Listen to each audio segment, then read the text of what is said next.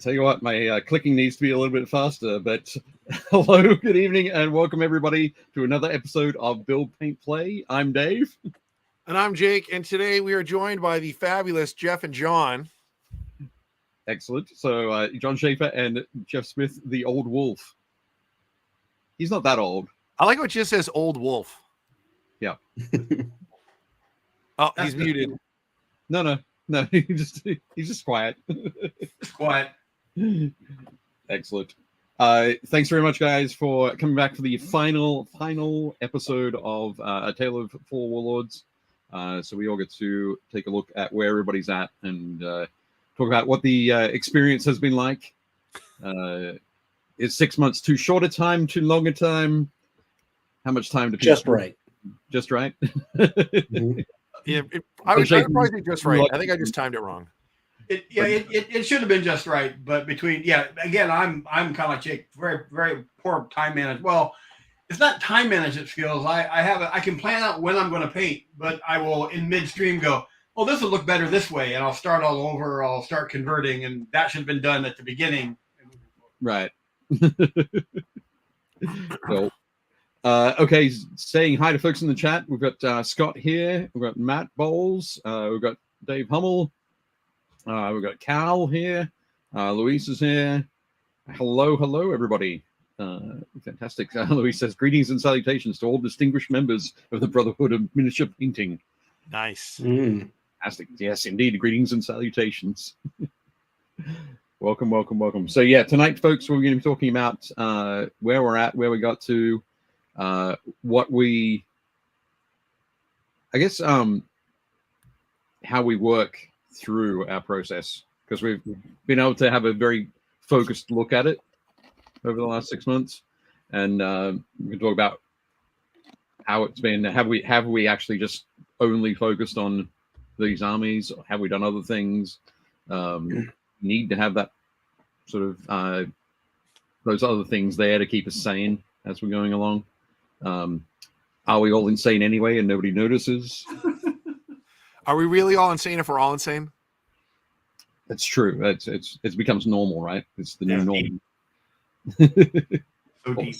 I am curious how much of the way that we all paint overlaps. Because I know we all have very different styles, but I wonder how much of our, I guess, like planning and approach is the same versus how much it differs. Right. Okay. And how much that impacts what we get finished? Yeah, like how did you guys, again, we have very different armies. Like John's army they're big models, but it's a low model count. And then Dave's is like a gazillion models. And then Jeff and I have armies that are similar in terms of sort of the layout or like the composition of the armies. There's some slight differences in choices, but like the units and the amount of infantry is about the same. So I'm always curious how, do you guys approach every painting project the same? Like if you're painting an army of Kroot versus, John's like, I'm going to do 5 knights or whatever, or 7 knights. Do you approach that the same way or? No, I do it by project for sure. Okay. It's like for knights, they're pretty much 2 things. It's like armor panels and undercarriage. So I knew that the whole thing, I could just do all these knights the same way, and I could just airbrush all the armor panels and spray paint the undercarriage and dry brush all that stuff separately. So that dictated how I was going to go about it. So I usually look at the army project and figure out well, what do I have to do? If I'm going to have so many infantry of this type and so many of that type, I think about what colors I prime them, the airbrush steps that I do, and procedurally what steps they can all share to make the process go more efficiently. I guess that's how I do things anyway. Right. But that process is the same for all your projects. You look at what you have to paint. Yeah, that's the same. But I would not paint Space Marines the same way that I did these knights. Sure. Because they would all be all the same color. I would probably just do airbrush everything all together in one big step and get all that stuff done, and then mask things off, and then pick out details and all that sort of stuff. Okay. I think the biggest thing I discovered is I actually approach my commission work very similar to what John just described. I pretty much plan everything out. I'll schedule all my what I've got to airbrush based on what I'm going to be doing. And what I discovered with this is when I approach my own stuff, I don't do any of it. All right. Why do you think that is? Why do you think that is? I think it's because it's more of a passion project than a work project. If that makes any sense. Okay. Because what I don't do in commission work is when I'm painting it. I mean, I go through the assembly, I go through the cleaning, mold line removal, all that stuff, and then as I'm doing it, I kind of go, okay, this is all going to be one color. That's going to have to be airbrushed. I use airbrush primer for everything. I use very little rattle can because it's too expensive. And I go through that whole process because it's not for me, it's for someone else. Where the turn comes in, because I'll sit down and do most of that for my own stuff, but where the turn comes in is I'm passionate about what I'm painting. So as I'm painting it, I'll either find something in my collection, oh, that would look really cool, or I want to go this way, and I'll actually in midstream, because it's mine, I'll go, I don't like that, I want to try this, or oh, I got this bit I want to add, so I'll go back like 3 steps and come back at it again. And I don't know how many times, like with my Dreadnought, I've probably made 3 almost complete U-turns in where I was going with it, because I would just find other things that kind of my ADHD just kicked in, and I was like, and I go running down a rabbit hole. And that's the biggest thing for me is I just get distracted. And then the other thing is I have to really enjoy what I'm doing. So like with my Centurions, I really liked them when I saw them on the screen and ordered them. I built them and I went, okay, well, that's not what I thought it was going to be. And then I played them in a game, and they did nothing in the first 4 games. The first time they did anything effective was when I played you. But by that time, I'm going, yeah, you guys are done. It's like, so there was no interest to paint them. So that's just how when I work on my own stuff, I get wrapped up in what I'm doing as a passion project versus I've got to get this done for this. But I don't think it would be as much fun if I approach my own stuff that way either, because I really get a kick out of going, okay, that Dreadnought looks really cool now. I really like that shield there. I'm glad I did that. But it increases the time out a lot. So, okay. Yeah. I find that I'm different in that I'm much more like John in that I'll think through everything in what my process is going to be, and look at the elements and how is a tank going to be different to a Dreadnought, going to be different to a Space Marine kind of thing, right.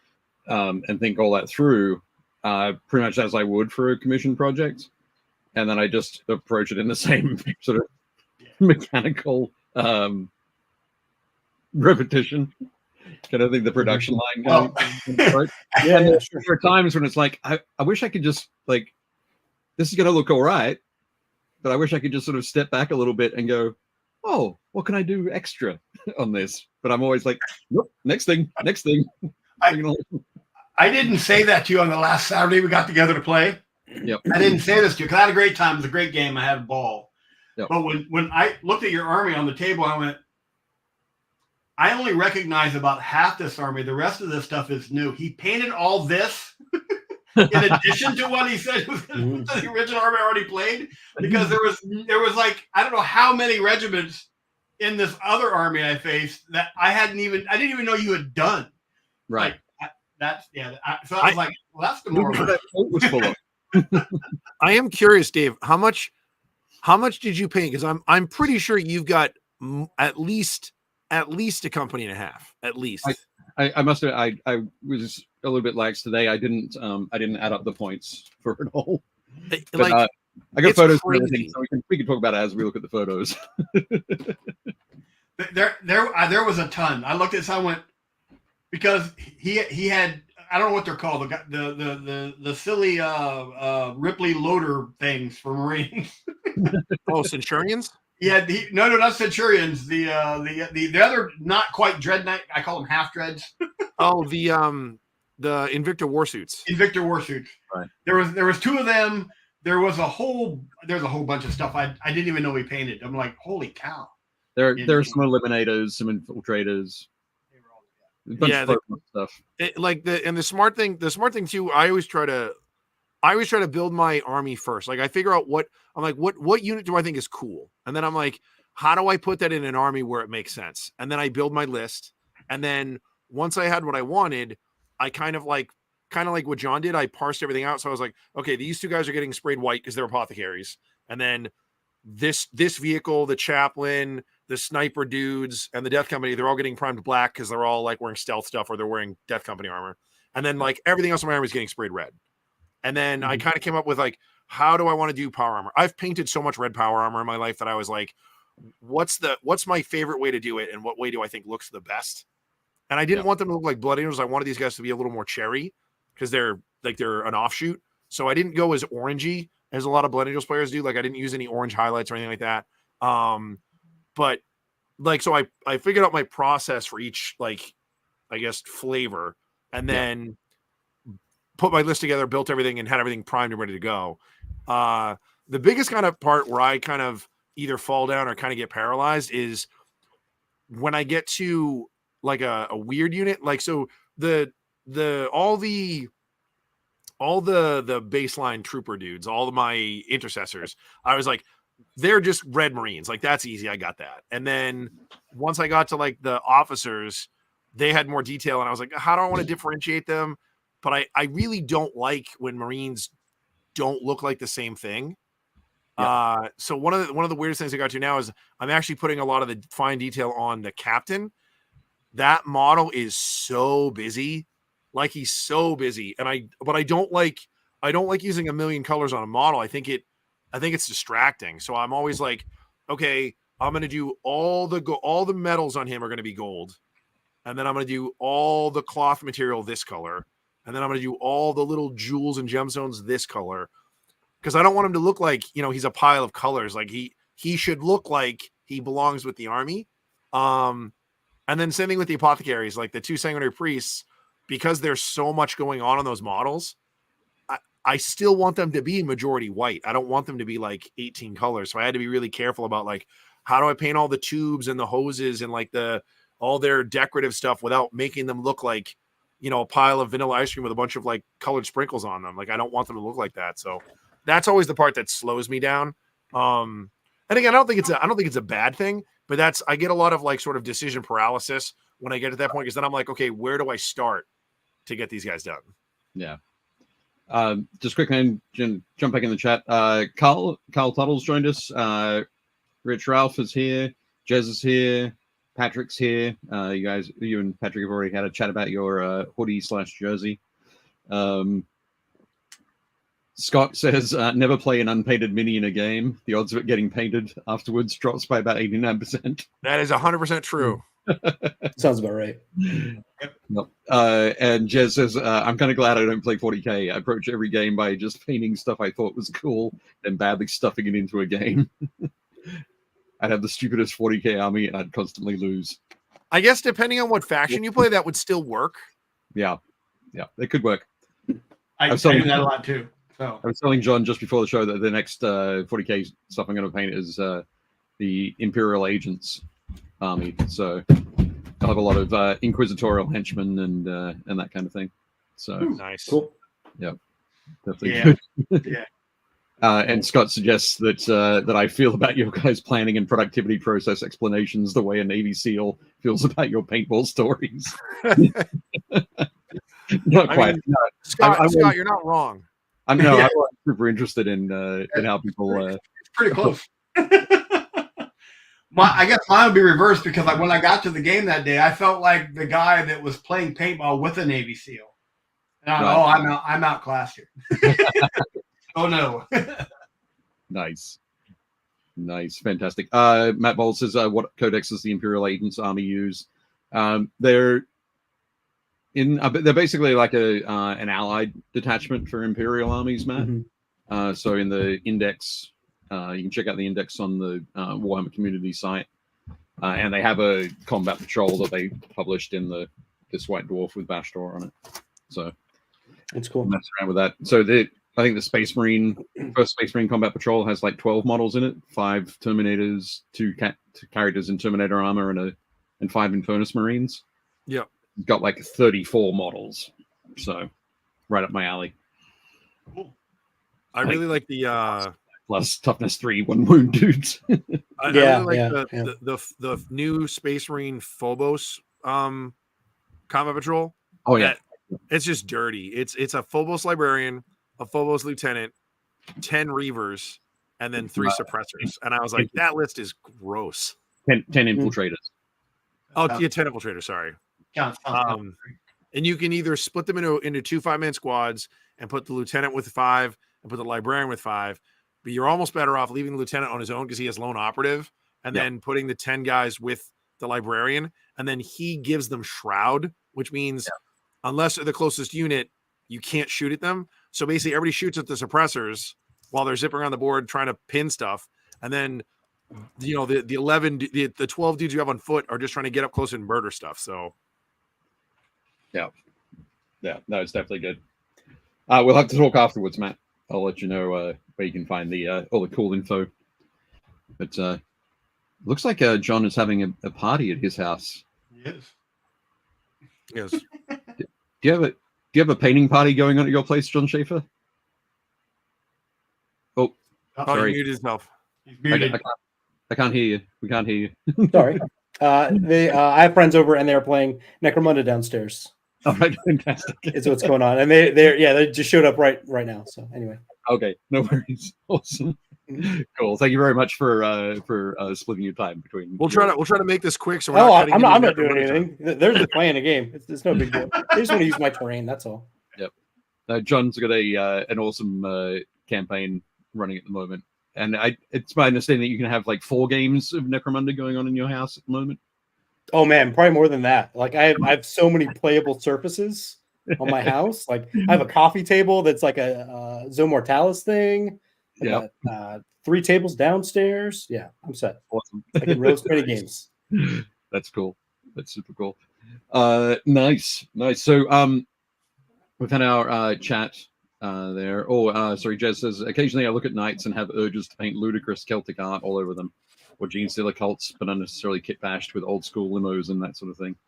Yeah, you should definitely do some of that, Jez. Whenever the mood strikes you, have a go at that. That'd be rad. Yeah. I will say I did something kind of strange over the weekend. Not something that I do a lot. I don't actually own a lot of models painted by other people, but Mike Anderson, who used to sculpt for GW, he sculpts for North Star military figures now.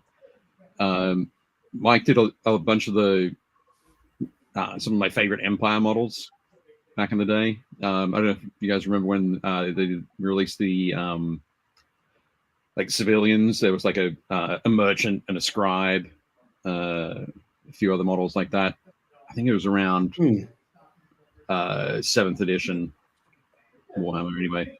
But yeah, lots of beautiful Empire models. And Mike was the guy who sculpted all of those. But he and I have become friends over the years. And on the weekend, he was selling some stuff off. And one of the things he had was a Gene Stealer cult Necromunda gang. Oh, wow. Cool. Great. Some regular models, some great paint jobs, and some beautiful conversions as well. And I was like, I have a whole bunch of Gene Stealer cult stuff that I can just pick and choose and throw it into a Necromunda gang. But here's a bespoke Necromunda gang converted by Mike Anderson and painted by Mike Anderson. So I bought those. So heck yeah, that's cool. Hopefully in the next week or two they'll be arriving on my doorstep. So Nice. Excited to have those and have those in my collection and to be able to use them. And I'll probably might paint up this guy to go with it. Is it the Venator thing? So, yeah, I love that thing. That's a nice looking model. I want to try one. Yeah, I have one of those in the queue too. I really want to paint one. Yeah, it'll be sweet. Every time I see that thing, all I can think of is the when Forge used to make the Elysian drop troops for Imperial Guard. That's right. all. Because it looks just like their APC thing. That's what it's based on. Yeah, the Tauros or whatever. Yeah. So yeah, it's definitely cool. It just says, "Don't tempt me, Frodo." Don't tempt me, Frodo. Fantastic. And Josh says, "Yes, the Gene Stealer cult limo and the Ash Wastes would be the way to go." Yeah, Necromunda's the best. You should definitely do it. Every model's a Necromunda model. Yeah. Yep. Awesome. So we'll jump in now and take a look at what we've done. Should we do that? Sure. Yeah. A review.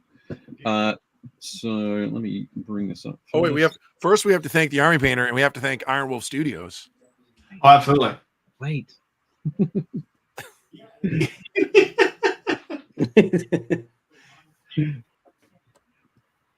Here we go. Yes.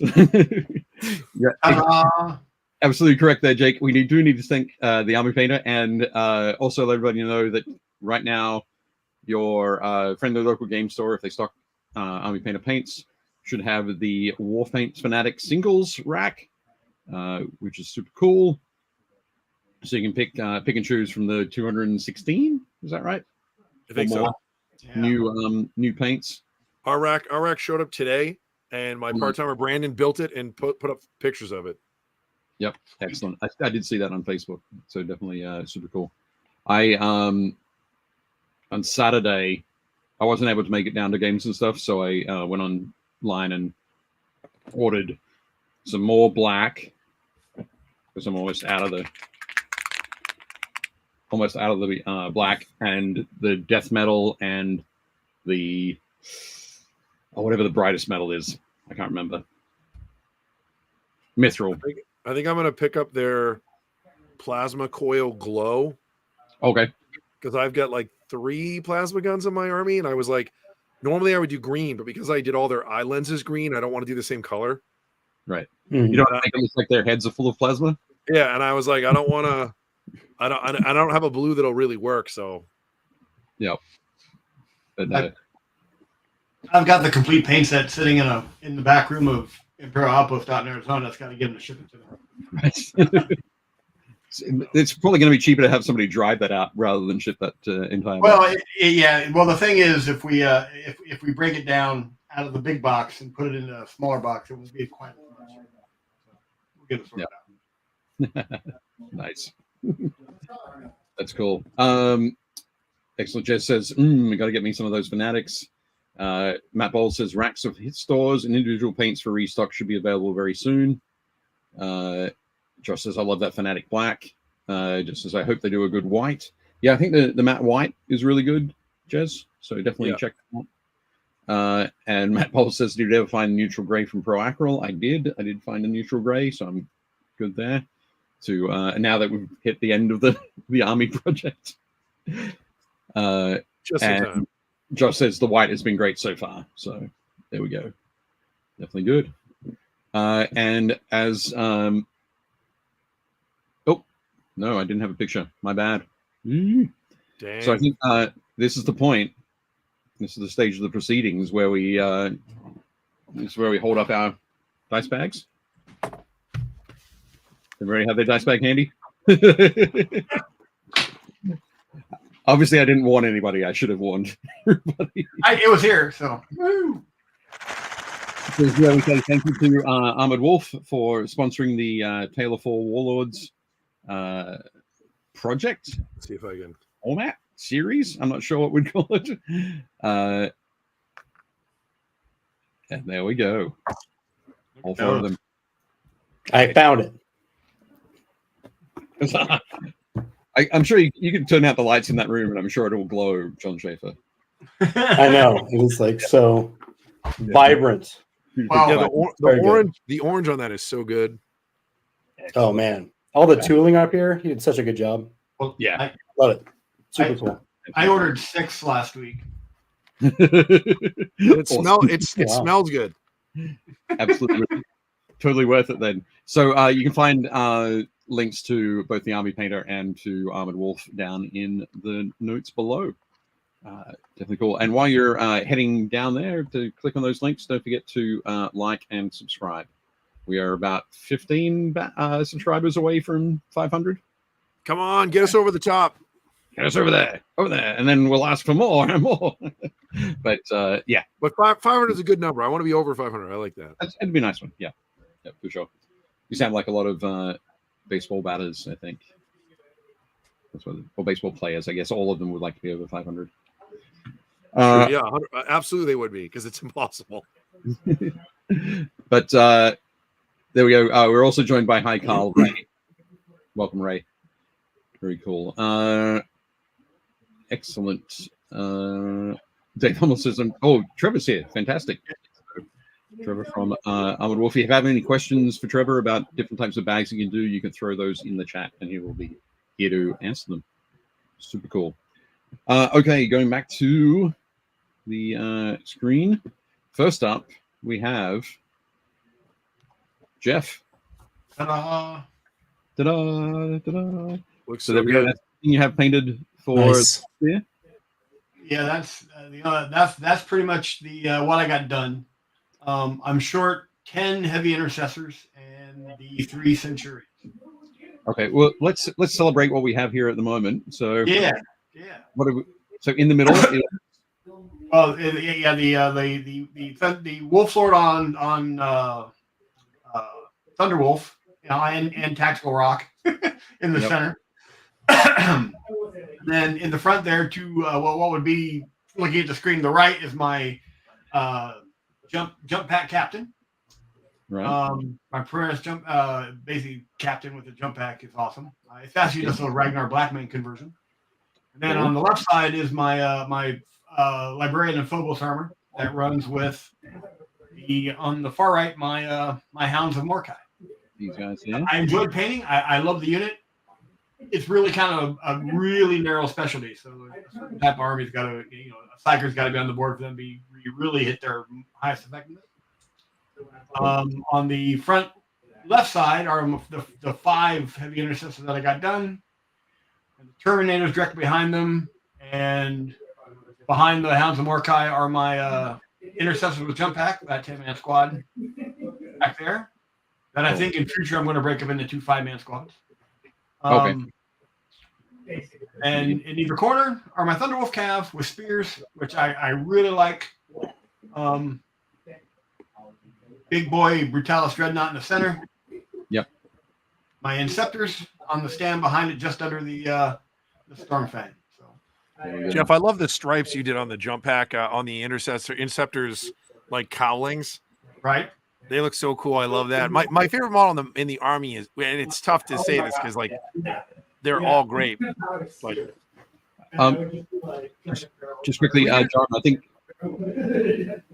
the guys in the background. I think we're picking up some chatter from them. Cool. oh yeah. Again, the whole army is great. My favorite guy is probably the Phobos Librarian. I have a soft spot for that model, and I love that he looks like he's like Space Wolf Batman in your army. He's in his like cloak, and like he looks all dark, but he's still wearing white armor, so that's why his boots are really bright. And then he's got like black gloves on over his like white power armor and stuff. Like that model's just super cool. But the whole army looks great. Well, I like the pose on that model. But one of the things I like about models that by themselves can kind of tell a story. And you definitely tell what he's doing in that and the way he's posed. And the pose is very dynamic, and I really enjoyed painting him. And quite frankly, he's the one that frustrated me the most to get that camo pattern right on the cloak. So, but I think I finally got it nailed down to the point I really like. You definitely stuck the landing on that. He looks awesome. Yeah. So, but that quite frankly, had we not done this, that would have probably been a lot longer project for me if I ever got to it. To be honest. Because I have so many other things going on that I was working on that I was like, I kept pushing it off. And then when Dave called and invited me to participate, I said, that'd be a great time to do my Wolf Spirit. So even though I came up short, I still got farther ahead than I would have any other way. So. Yeah.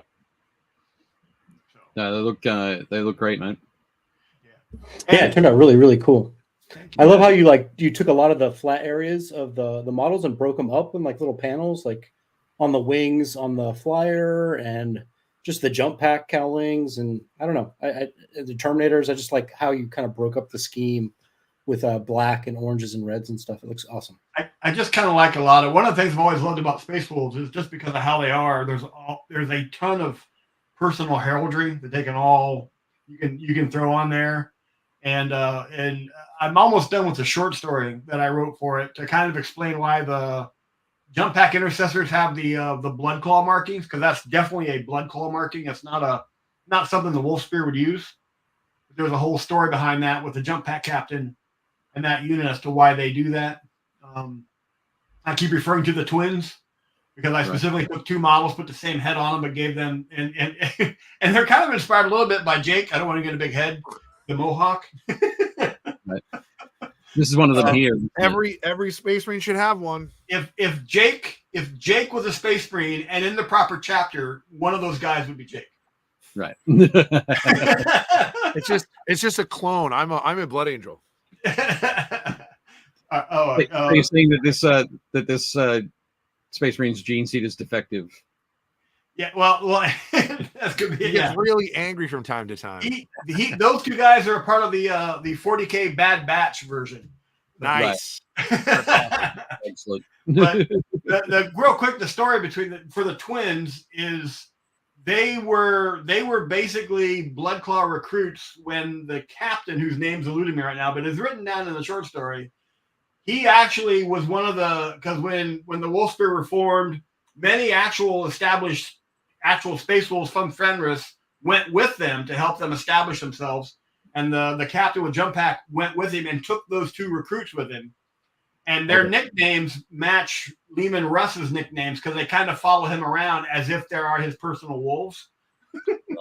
Nice. And when they split the unit apart into 5-man squads, each one of them command one side of it for him.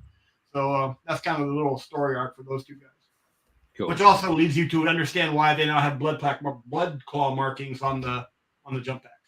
Right. Well, I mean, technically, wouldn't they just be Sky Claws? Because Sky Claws use the same markings. Yeah, but no. I'm still not really settling down well with a lot of the changes. But I have a terrible fear. One of the things I've always loved about 40K back in the day, all four of us could play Space Wolves, and each one of us could throw out an army that's completely different than the other. You could do that with any chapter. Yeah. And over the years, I've watched him, for lack of a better way to put it, kind of vanilla down the chapters so they don't have that much uniqueness between them. And I get it. I understand the reasons why.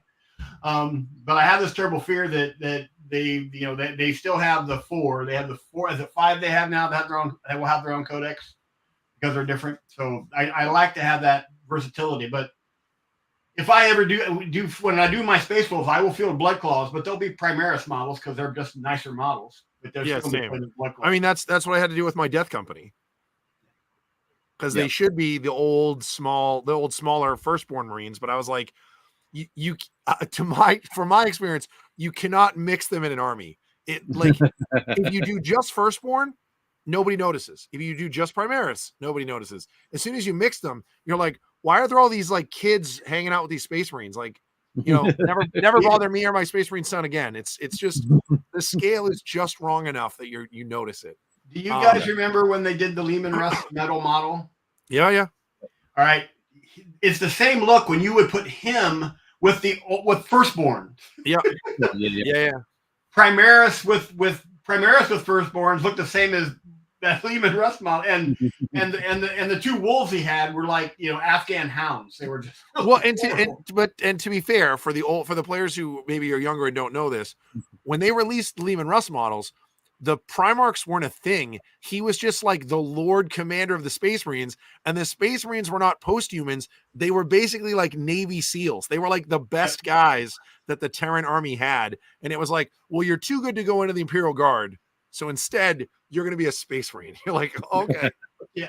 Well, I used to tell people when the Lehman Russ came out, and people were going, why do Imperial Guard get a tank named after my Primarch? And I said, because he wasn't always a Primarch, and he kind of used to just be a Special Forces general. He was Lord Commander of the Space Wolves, Space Wolves army. Yeah. It was, yeah. So. But yeah, so my Space Wolves will be full of the old style Blood Claws, Grey Hunters, Long Fangs, but they will all be Primaris models.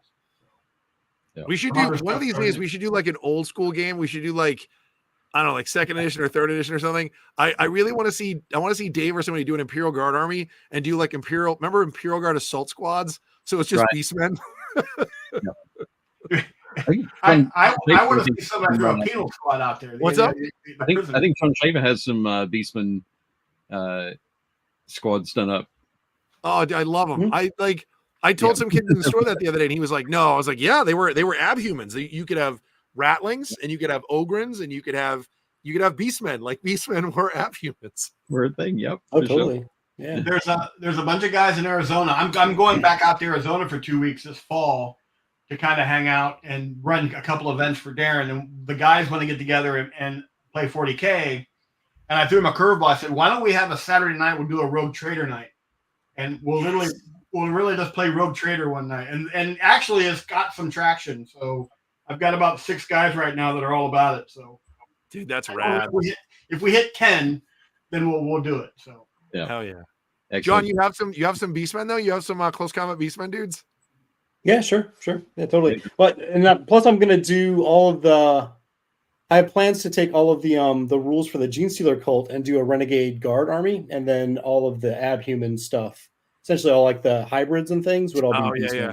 That's I can awesome. use the Felgor Ravager models and everything from. And then you could use like for the Filter. aberrant, for the big one, the aberrant, you could use like an Ogren. You could do that Chaos Ogren. Yeah, or like a Minotaur or something, or I don't that'd know. be It's sick, like, dude. it'll be chaos stuff, so it could be anything crazy.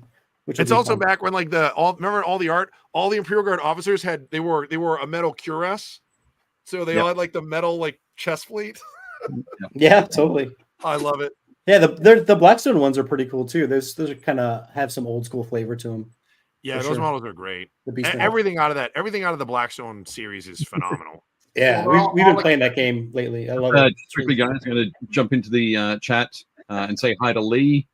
Matt Bowles, Rich Ralph says, very nice. Talking about your army, Jeff. Matt Bowles says, just fantastic army. You've done the Wolves proud. thank you, sir. Trevor says, the Wolf Spears have inspired several players up here, so up in Alaska. Yep. Very cool. Cool. Dave Hummel says, looks great, soaking in the inspiration to chug through my huge backlog. Very cool. And Matt says, I love that you're writing a story for your army. I do something similar for mine. So super cool. That's something I've always done. I've always had a short story for the army. That's good. You got to. I mean, part of the game, right, is the narrative. Like you've got to have like it's like, why is this happening? This is why this is happening. Yeah. And there's my picture of shame. Shame. We won't dwell on it too long, but Still good. They're all based. They're all Looks like it'd primed. be fun to paint though. Yeah. I had no intention of stopping. I want to get them done. As a matter of fact, I think I sent Dave some pics of what else has been added to the army since the game he and I played. Those are heavy intercessors, is that right? Heavy intercessors and centurions. Yeah. Yeah, they'll be cool in that scheme. yeah. I think one of the things that I love is that in Jeff, the first game that I had with Jeff, he started with his Thunderwolf cavalry up front, and just behind them, kind of in the open, were the Centurion Devastators. Right. And fairly quickly, I was able to whittle down the Thunderwolf cavalry as they came across the board, and then deal with them in close combat. And I was able to shoot down the Centurion Devastators. In the second game that we played, Jeff's Thunderwolf cavalry popped on from the side. Yep. In the first turn, and completely ravaged my heavy intercessor squad. And I was just like, I've got there were all these cool things that was going to be able to do. We weren't able to do that. And his Centurion Devastators were in cover and really impossible to dig out. And they were killing stuff. So it was like, wow, this is completely flipped on its head. The best part of that was for me when I literally went, okay, well, let's start with the missile launchers from the Centurions. And I did really well with them.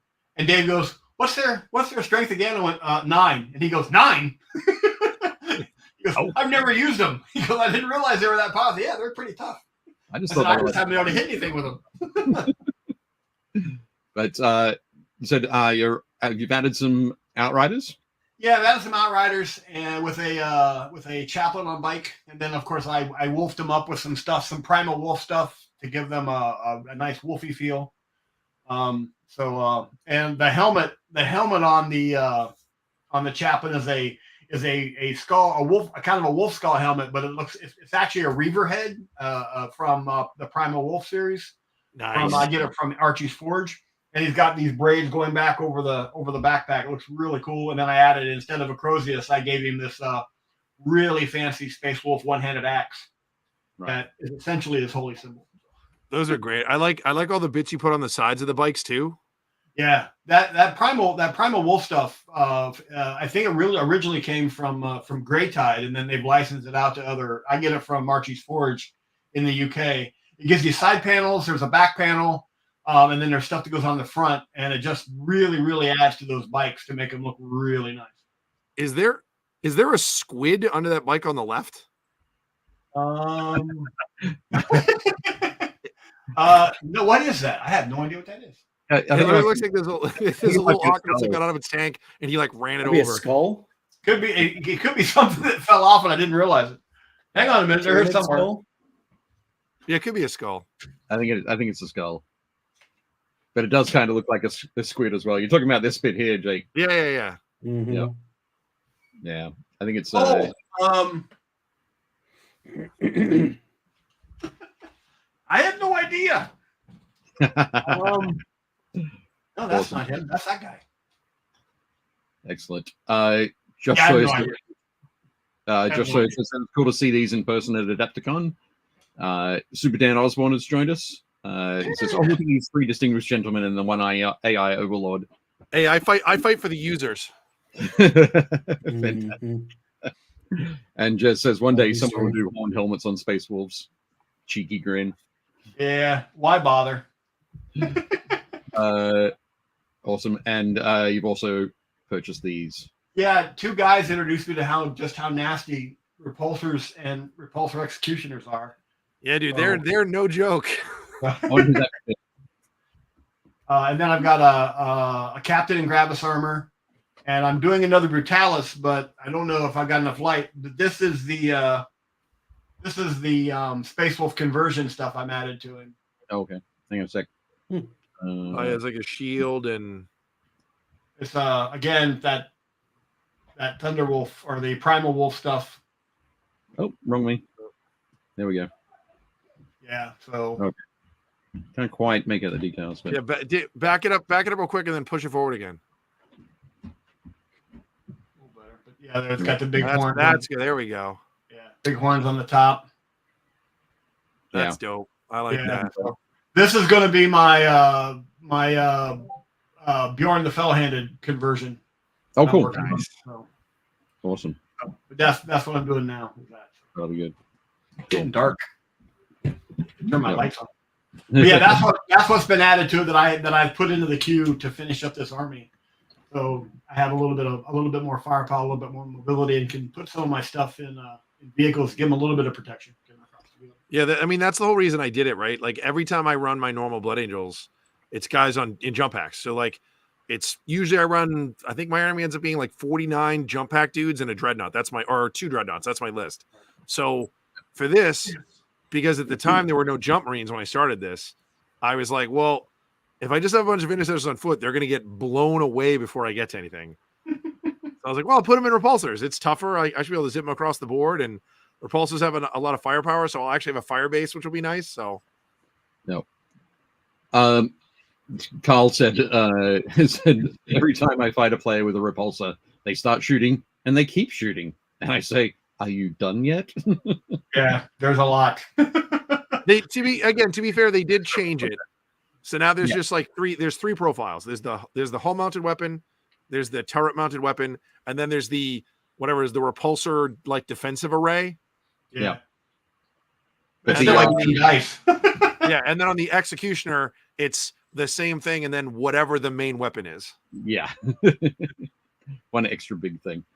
Yeah. So is it no longer kind of like really WYSIWYG, like heavy bolters and assault cannons and all those things just count as a defensive array now, and you could Yeah, kind of it's mix one and of the match things however you wanted to. Yeah, it's one of the things I didn't really like about the repulsor executioner and the repulsor itself is like it's just so busy. There's like a zillion little like missile pods and window like things and like a railgun looking thing, a rotary thing, and then there's like a missile pod on the back, and there's a heavy stubber, and then like even in that picture, in the picture on the box, there's the hull mounted heavy bolter. So that's a profile.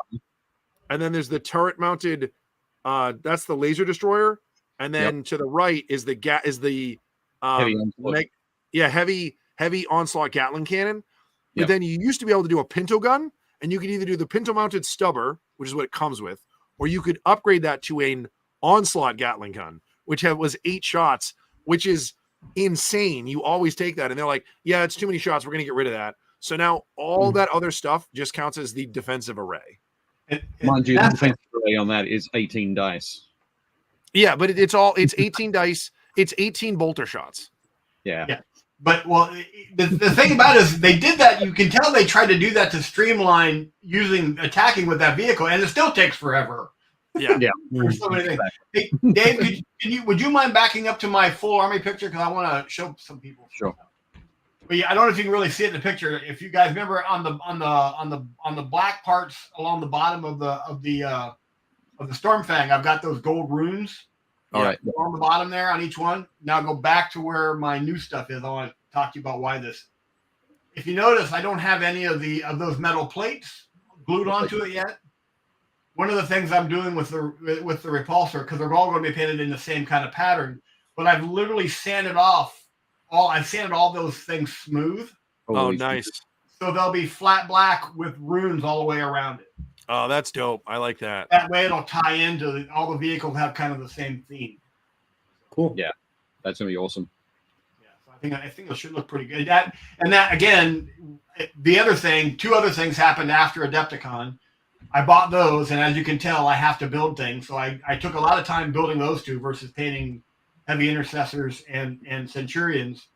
And then the other thing I realized since Adepticon, I had some family issues with my brothers back in Ohio, medical wise, and did my head in. And I have to be to paint my own stuff. I got to kind of be really into what I'm painting. And if I'm not, I overthink everything. So I just had a hard time focusing for a while. So that's kind of why I kind of faltered there towards it. Right on.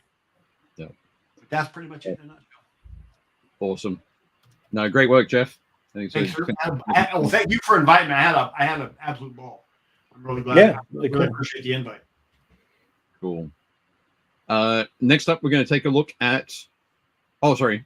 That's my box of shame. box. The box of shame. Jeff sent this through, and I thought it was a funny graphic. So, I apologize. I let everybody down. I sent that GIF after. I said, "This is my box of shame." I'm right there with you, buddy. Here we go. Here's Jake's force. I need to get a better camera. Like I took this with my phone. It looks like I took it with a potato cam. Your phone has the widest standard photograph ever. Oh yeah, I always turn it sideways. It's the only way to get everything. Well, there's a lot of shots that you've sent through before that were sort of portrait format. That's like so much extra space. Oh yeah. It's definitely a big aperture, but So the 3 eliminators on the left are done. The 10-man squad behind them is done. So they're assault intercessors, right? Yeah, they're done. The mirrored squad on the other side, the other intercessors, they're done. And I hand painted all their squad markings on their knees. So the guys on the right, I think, are squad 3. The guys on the left are squad 2. And then obviously the command squad up front is going to be squad 1. So it's the Blade Guard Ancient, the Blade Guard Lieutenant, the 3 Blade Guard, and then the captain goes with them. The captain, I did some more work on him. He's all I have left to do on him, I think, is like his eyes. I got to do some detail in and I got to do finish his shield and finish his sword, and then base him. But he's like 90%, 85% done.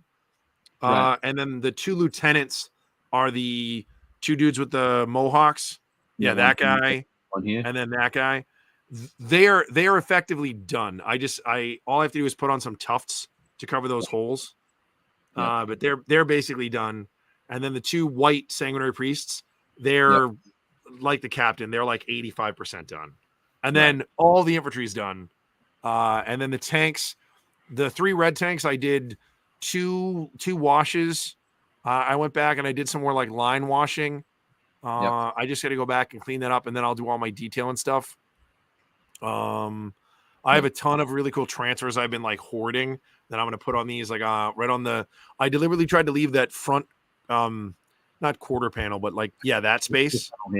Yeah, I tried to leave that blank on all of them. So I've got some really cool. I have the Forge World. I have both of the Forge World Blood Angel transfers, and they have like one that's really big. It has like an angel on it, and then they have one that has like a giant wing. So I think they'll fit there. I'm going to try to trim them up, but I wanted to kind of utilize that space because I like the idea that on the Blood Angels vehicles, they always do like big works of art and stuff. So I'm gonna kind of really go a little ham with some of the detail on these. And then the Death Company one, you can't really see it, but on that same panel, I showed you guys. That's the Grim Reaper guy who's got the relief. Yeah. So I'm gonna paint those up too. So yeah, they'll be fun. The vehicles will be cool. I'm not gonna use the base plate. Like I have them on the little clear, like the wedge they come with. Yep. And I think I'm gonna do one that's slightly bigger. So they're the right height. They should be about another, quarter of an inch higher than they are, or maybe half an inch higher. But I don't like having bases on hover vehicles. It just seems weird to me. So I'm just gonna kind of doctor something up that'll be underneath. Right. And I might paint the rim of that just so it matches, but like I don't want to put them on like the huge bases they come with just don't make any sense. You don't even use them in the rules because you measure to the hull, you don't measure to the base. Yeah.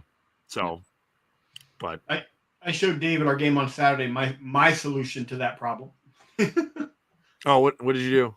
I bought an oversized oval base from Dragon Forge that actually sticks out right at the edge of the side and front of the vehicle, so it actually gives you can actually see the base and actually terrain it, and so it looks pretty good. That's a pretty good sized base. Again, one of the reasons why I'm not done. So you have that size base, and it actually fits. Yeah, I mean, the base that they're on it's wide enough that you can see it, but it's a circle. It's not an oval. Yeah, that's why I got this, because you can literally see it, and I'm going to build it up and put it up about a half inch higher. Okay. Using clear plastic to bring it up a little higher, so then I can actually have a little bit of a base on it with some terrain. But that was my solution, because I just like having them so they look like they're actually hovering. Yeah, right. But I like the base. I like that diorama effect. So I bought 3 of these from Dragon Forge. I think part of the reason I do it is because like back in the day, like Space Marine land speeders and like the Eldar Falcon grav tank. Remember their stands were all clear. Like there was no like base part. So I was always like, my brain just is like, they're hover vehicles. There shouldn't be a base. So, well, yeah. I kind of agree with you on the base they put on it. It seems kind of silly. So I thought, well, let me get some. I was doing an order, and quite frankly, I've ordered so much it gave me a coupon. So I was $50. I got this coupon. So somebody in their billing department's like, man, we gotta help this guy out. He's gonna go bankrupt. We want to keep him as a customer. Let's throw him a bone. Yeah. I was disappointed. I found out he was at Adepticon. I wish he'd have known that. I'd have met up with him. I bought models bases from him forever. So I did have a lot of fun doing the Death Company. Like this is the not done photo. I sent another one today that has them like in their base and everything. I've got those as well. Yeah. Okay. They were just so much fun to do. I was pretty sparing with the Blood for the Blood God. Like I didn't want to go bananas, and their armor is so dark you can't really see it that well. And so I went with like kind of a less is more approach. So they're splattered up a little bit. I can see some on like on the chainsword here. Yeah. There's some on this guy. You can see it on his.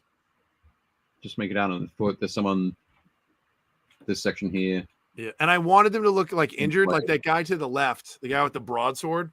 Yeah, him. Like no, to the right. Oh, sorry. Him. Yeah. Nope. Right. Yeah, right. Him. Like right here under where they have their breastplate. I made it look like the blood is coming out there because that's the whole point of the Death Company, right? They're supposed to just survive like horrific wounds and just keep coming, and then like they drop dead at the end of the battle. But like, so I wanted them to look like pretty messed up. Whether it was that, it doesn't matter whether it's their blood or somebody else's. I just wanted them to look a little messed up. So they were fun. Dude, the guy in the front with the I pulled that spike halo thing off the Sanguinary Guard sprue. Right.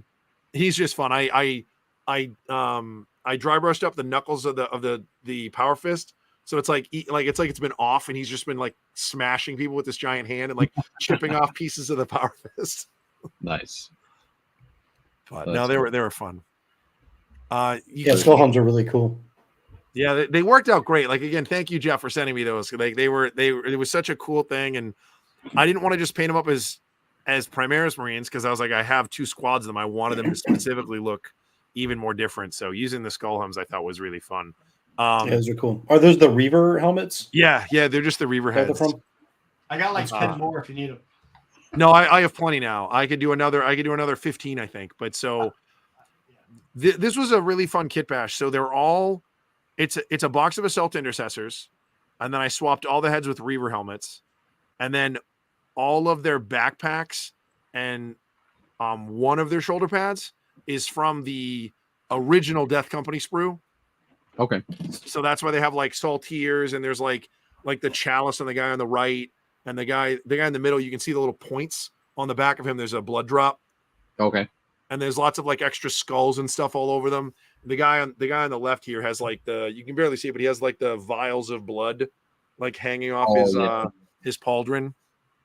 But now they were just really fun, and I was like, I'm never going to use the like Death Company on foot, like just never makes sense to me.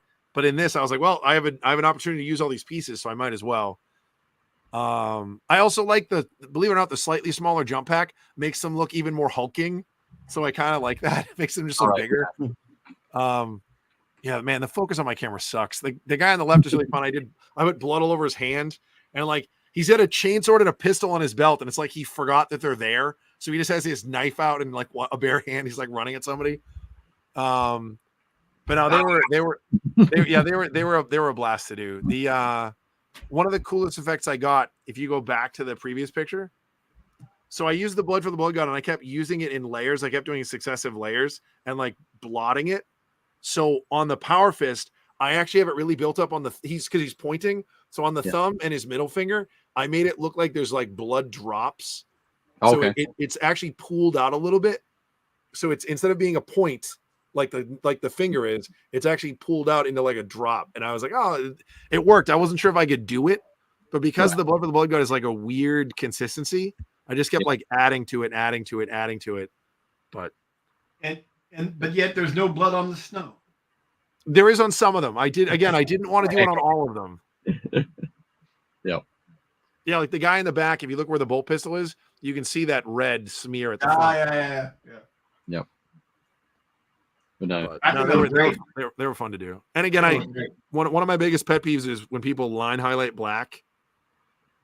Like I don't like it when people are like, oh, what I did was I tuned out all the edges and I did all the line highlighting with white. And I'm like, black armor would never look white. Yeah. So Dave helped me out with an effect that I use. So I basically dry brushed them all with Thunderhawk, I think. Yeah, okay. I dry brushed them all with Thunderhawk, and then I washed them again with Nuln Oil, and then I did a second one of Thunderhawk, and then I hit them with in the same spot, but like I did less of it, and then hit him with Nuln Oil, and then I did a final one with oh god, I'm sorry, I did Dark Reaper, and then I did Thunderhawk. Right. I like Dark Reaper for that. Yeah. But it came out great because they still look dark, which is what I wanted. I didn't want them to look all like line highlighted. They look good. They look great. Thanks, man. They were fun though. It's the first time I've ever really done black like that. I liked how it came out. Yeah. There we go. There you go. There is blood on the snow. Okay. Yeah, on a couple. It's only on a couple of them. Nice. But no, they were fun to do. Again, I need a better camera. Excellent. Cool. So next up, dude, they look awesome. John Shaffer. I painted some knights. I did it. You did. I didn't quite get everything finished I wanted to do on them. I wanted to do some custom transfers, so I'm still finishing the drawings for that, and then I'm going to send those off to Death Ray Designs and have them make some custom transfers for their, I guess on the left-hand side, but their right yellow shoulder pad will have custom stuff on each one of those. All right. So these bits. Yeah, that big yellow shoulder pad right there that has nothing on it. Yep. Cool. So yeah, it was fun. I enjoyed it. I tried some new stuff. Some new oil washes, some new I did everything in Pearl paints, so I wanted to just try one range for the entire project, and barring like one color I used on the base, I think they're all from that range. Right. Liked it quite a bit. They were great paints to use. I 3D printed a lot of stuff for the project, so custom kind of flagstone bases and columns and things, and a few additional parts and some heads for the larger knights. The guy in the back left is still my favorite. The guy that's running forward.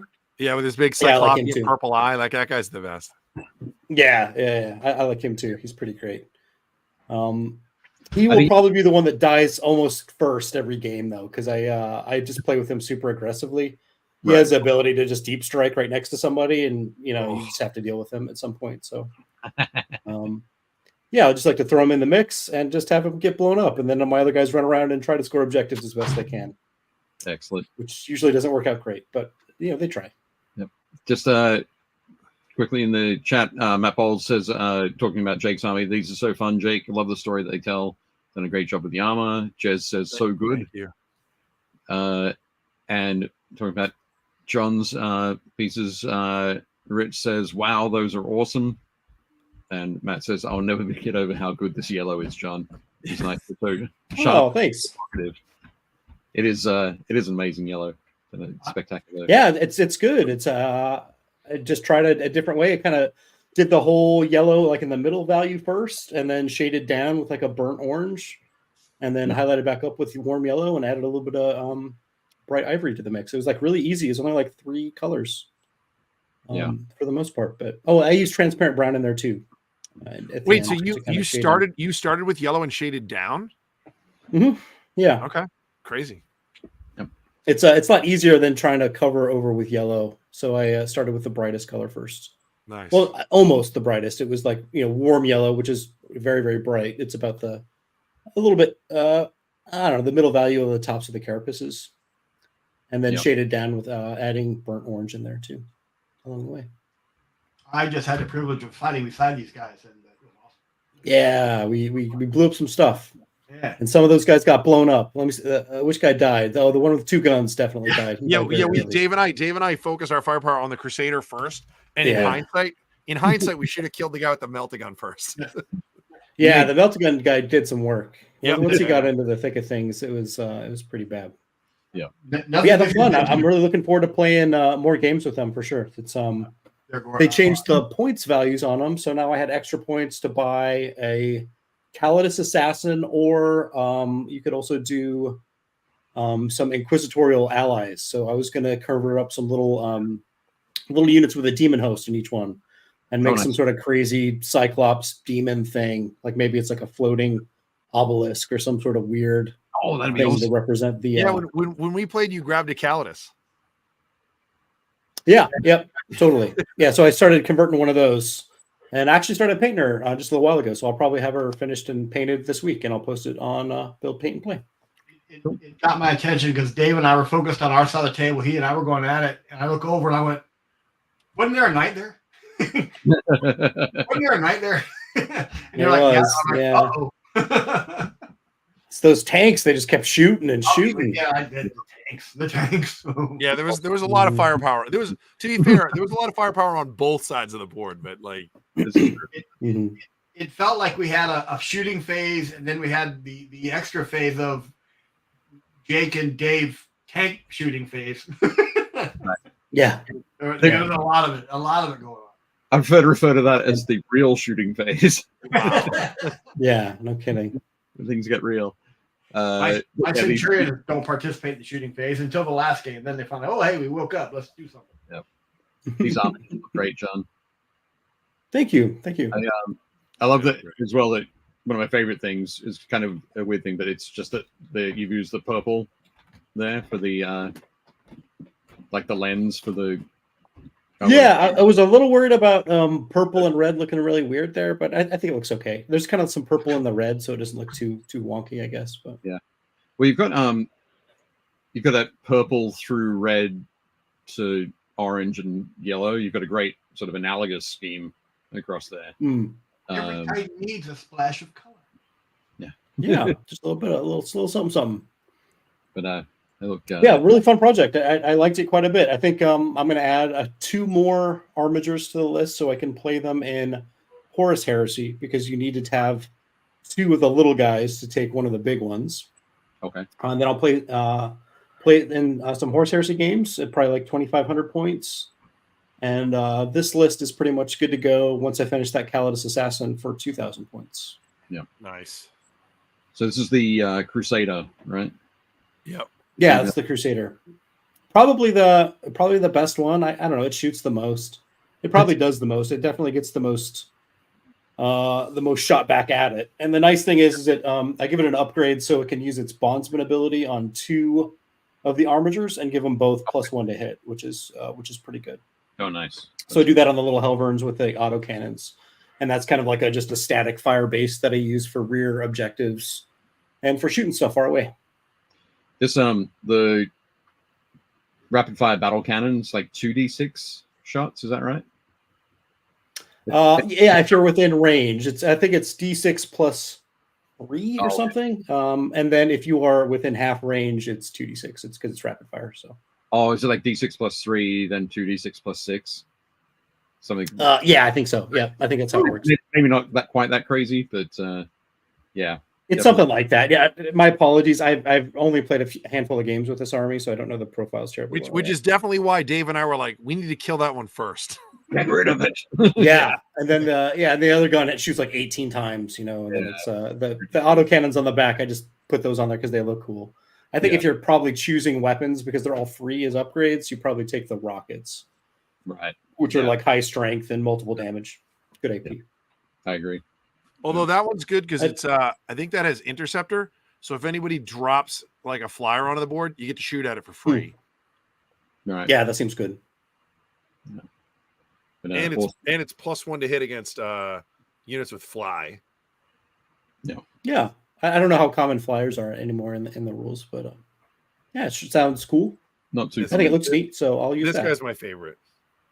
Yeah, he's probably my favorite too. Though I probably spent the most time on the Paladin, the one with the really big eye and the single battle cannon. I got him lined up next, so we can all marvel at his eye. But oh, sure. But yeah, I like the pose on this guy a lot. It was a lot of fun. It was kind of some work to repose those legs so he's running, and he's a little fragile just because the whole thing is on one leg essentially. But he looks cool. Yeah, I love the that you didn't put a weapon on the back of him, and that silhouette has it's that juggernaut kind of feel. Yeah, that's kind of what I thought too. I mean, I also didn't want to paint another weapon. I was like, I don't want to paint another one of these things. And I just thought he looked cool because I tried it. I put magnets on all of them so I could swap them and drop extra weapons on him each time. And I was like, he just looks cooler without it, I think. Yeah, he has a very like linebacker look. Yeah. Mm-hmm. Yep, definitely. Dave Humble says these look awesome. Cal says lovely. Trevor says these are amazing. Loved matching the dice bag to them. He did a really great job of that too. Yeah, perfect. Yeah, it looks awesome. Like the yellow, I actually held it up next to him, and it's like spot on. He did a really good job. Yeah, really nice. Cal also says sharply dressed to kill. For sure. I love. I asked Trevor to do a Votan bag for me. He got a little excited about that because he hadn't done one yet. So. Oh, nice. That's gonna be kind of fun. Here we go. This is the Paladin, yeah. That's the Warlord for the list, and I usually give him an upgrade so he can like stand on an objective and mark it as his, and then walk away from it, which is pretty useful. Yeah, and then his ability. I can't remember what his bondsman ability does. I found it to be useful though, whatever it was. Yeah, but another one of those rapid fire battle cannons is. It's a pretty good all-rounder weapon. I think it's really good against infantry. It can definitely. It can bomb on like a lot of infantry guys pretty well. I think it's 2 damage. Yeah. Plus he's got the 2 stubbers for infantry. So. Right. Yeah. Did you cut and repose all the legs? Yeah, because they all have an extra section on there, kind of like the chaos ones do. It's like that goes from the knee that connects down, so they're kind of like dog legs, I guess, or like dog hind legs. Yeah. So I added that to all of them, which allowed me a lot of flexibility on the poses, quite a bit more. Oh yeah. So his leg is just a little bit up and standing on some rubble. His left leg is up a little bit. Yeah. That's great. One of the amazing. I'm sorry, Dave. Go ahead. I was going to say, Jez says these are bloody lovely, and this one gives him a real Clint Eastwood vibe. Yeah, he's got that kind of like I don't know. Shoot Shoot from the Stepping the battle arm cannon. back and stuff. Did he He's shoot just the kinda battle like, cannon? You can just 6 imagine times him or only 5? Yeah. The thing that I'm amazed by him is you don't even miss the fact he's waiting on decals. Right. Yeah. They look Yeah, beautiful. that one shoulder pad is it needs a little bit of something, but But yeah, you everything know, else they're all mostly from the Legio Furians. I just like the aesthetics of a lot of the designs and stuff they have down there. but you don't even When notice they it. use the I big mean, the eyeball. decals are going to add a lot to it, but you don't even notice that they're missing. You're like, these are gorgeous. These are beautiful. Oh, thanks. You want You did a to? great- Are you going to say, Jake? I was gonna say, John, you did a really good job on all the tilting shields. I like that they're all different color, like they're all different pattern. Like I think you did a good job picking them the look that you chose. I like the way that they kind of they're different but like unified. Yeah, that was something that I wanted to have each one be like a variant of the same basic scheme. So everyone has like the same kind of quartering of the armor panels. They have like a large cog symbol on that one corner and their upper shoulder pad, and then each of their tilting shields kind of has like something unique. But I still try to have like an eyeball on everyone, and just mostly just really nice designs on the transfer sheet. Made it really easy. They look fantastic. But so do you want to see? Everybody want to see the pièce de résistance of John's army? Oh, I don't know about that. It's still kind of a work in progress. But what I was trying to do is he has that really big eye on it, and I was trying to paint like a burned city skyline, like in reflecting in the eye, and it needs a little bit more work. Yeah, you were telling us that. I don't know if there's like a zoomed in version of it. Yeah, you can see it a little bit better there. Oh, That's wow. awesome. So you can see like the little buildings, and I think what it needs a little bit more is like a little bit more of like the glow around the bottom of each of the layers of the buildings as they go back to make them kind of separated a little bit. Yeah. But yeah, you can kind of see like where I'm going with it. It kind of looks like ruined spires, and I think once I put like some glazes over top and brighten it up a little bit and refine it a little bit more, I look at the effect I want. But yeah, so far so good. I think it's Awesome. it's doing what I want. I love that you did the old school trick of like the half moon and then like the dots. Yep. Yeah, yeah, totally. It's the best. Immediately you're like, oh, it's a lens. That's awesome. yeah, totally. Just like those little edge things. I think Jeff's so good good. one. He did that ages ago and showed everybody how to do it. I think. So I think good. he was the guy. Yep. Yeah, I'm very old school, and when it comes to lenses and stuff like that, I like to do them like that. John, it looks great. I absolutely love it. It's so Well, good. thanks, man. I appreciate it. I think when you look at it from far away, it's kind of hard to read, but once you kind of zoom in a little bit more, you can kind of see what's going on. So, yeah, a fun little process and a little free handwork. Yeah, it's absolutely awesome. Jess says Knights of 1,000 Eyes. Josh Sawyer says nice. Yeah. Carl says amazing. That's ludicrous. Oh, John, that's incredible. That's awesome. Oh, thanks, guys. Outstanding work, John. That's very nice. Great concept and incredible execution. And then Jez brings it all back home by saying, plots to eat John's brain and steal his powers. See, Oh. Jez, you're a flesh eater. That's That's how it works. It's a light snack at best. I wouldn't say a lot. I think it's awesome, John. So Well, thanks. That's great. Yeah, fun project to work on. I'm gonna kind of keep refining it. When I'm done with this call, I'm probably gonna hang out with my friends, play Necromunda, and paint some more on some nights. So yeah, it's fun to work on them, and I'm looking forward to getting them on the table for sure. It'll be fun. Excellent. It was so cool doing this with you guys too. Like I think we talked about this a little bit when we were at Adepticon. I think the last time that all four of us were in the same room doing something Games Workshop related was either at Games Day in like 2005 or at the home office at a meeting. I think it was the last time we were for all real. Yeah, doing that. It had been a really, really long time for sure. Definitely. Oh, she looks great. And Oh yeah, I forgot about her. So that's her kind of. I'm reposing her. So, this model is probably 75% painted now because I just worked on it today because I was excited to work on it. But what you might not be able to see is that I cut her eyes out and I gave her one big single eye because I got a theme. I got a theme going. Nice. You gotta She has a big cyclops eye. Her normal pose is she's like jumping down and she has her arms up in the air. I always thought that looked weird, so I like this better. I think it was cool. Man, awesome. Big ups to what was it, Green Stuff World for their little rollers because that let me make those cables. They're tiny, little teeny tiny cables. Yeah, and those work great for that. No, fantastic. Yeah, she looks great. It's super dynamic too. What color are you going to paint the hair? It's brown actually right now. I'll probably post an image. I'll probably have her mostly done tonight, so I'll post something probably tomorrow. You'll get to see it. But, I did real old school on the armor color. It's like a really dark blue, and then I might do kind of a light effect on the neural disruptor. I'm not 100% sure on the sword. They're all just kind of primed white right now. I haven't decided what I want to do with them. If I want to do OSL or something real dark yet. I'm not sure. Yeah. With the one eye, I was wondering if you're going to go a little bit more like I can't remember the character's name. Is it Lilu from Futurama? From Futurama?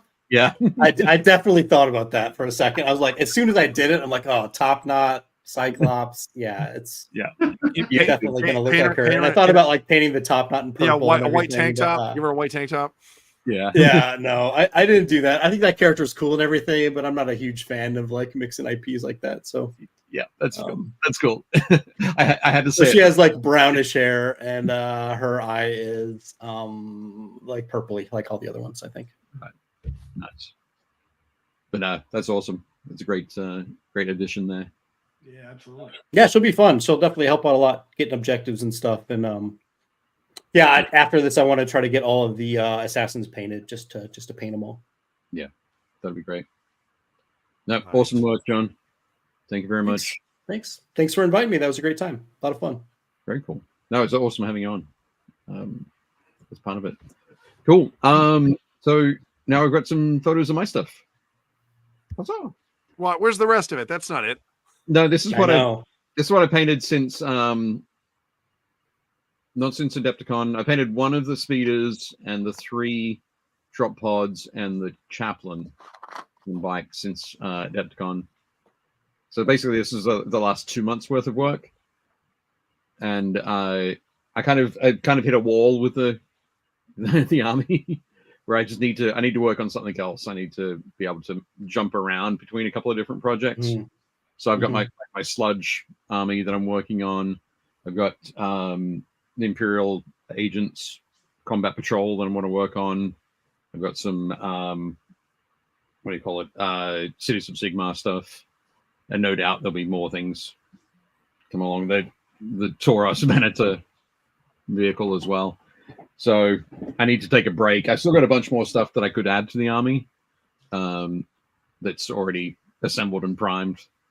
But these guys were just sort of the thing that I wanted to finish off. I wanted to make sure I got those drop pods done because that was part of my initial concept for the army, is having those like the falling stars thing. So, and I did the thing that I always do with drop pods because I think it looks great, is those hazard stripes. Gotta do it. Yeah.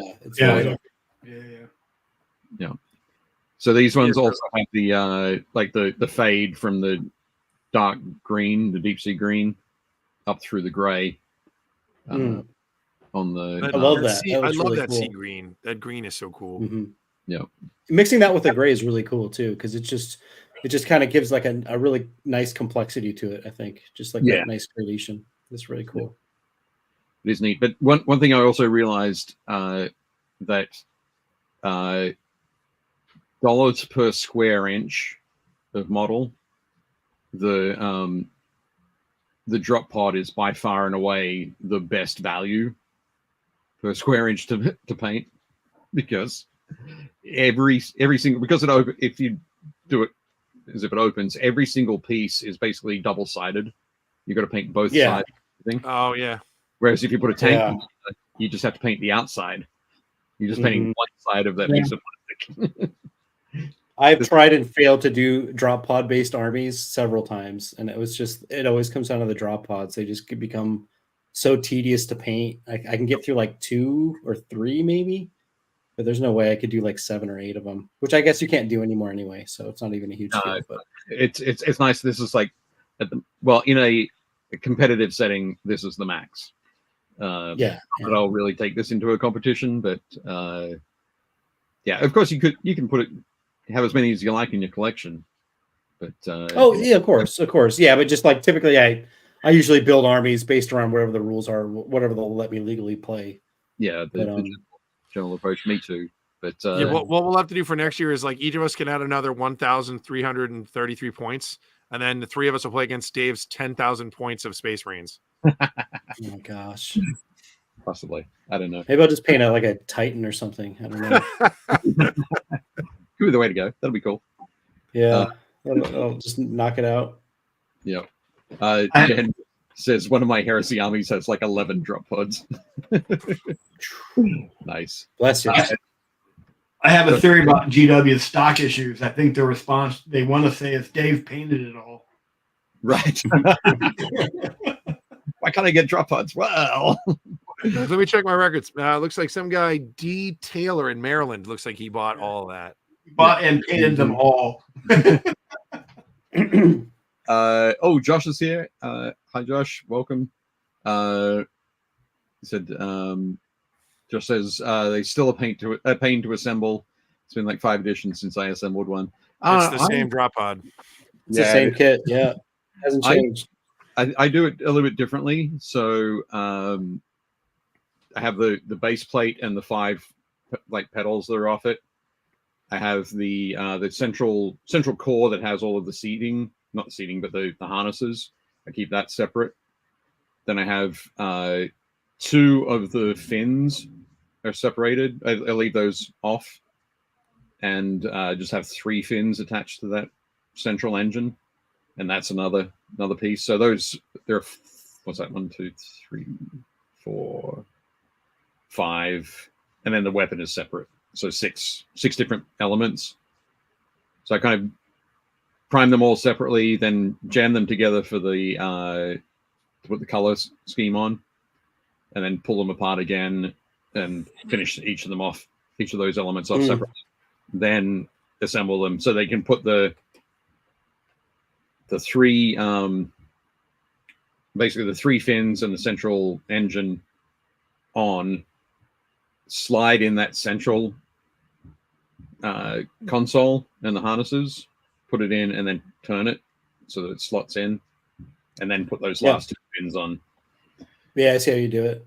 Is the way to go. Yeah, I think that would probably make the interior 100% like way easier than trying to get a brush in there to try to. Oh yeah, sure. I think the sad part about that story, Dave, it took you longer to explain it than it did to paint it. No, it took me longer to paint it for sure. Yeah, but yeah. Anyway, that's my fast stuff. I got 2 storm speeders on the left there, with the melter guns, the rockets. I like the storm speeders. I haven't seen those yet, actually. So those are nice. Mm-hmm. Yep. Yeah. I don't think I noticed that you had so much blue on your bases. Is that part of the basing scheme, or is that like an OSL on the bikes? It's kind of just a sort of a quick OSL on the bikes, because they have. Okay, cool. They're all jet bikes, and I use the some energy nodes from Epic Basing to have them keep them up off the ground.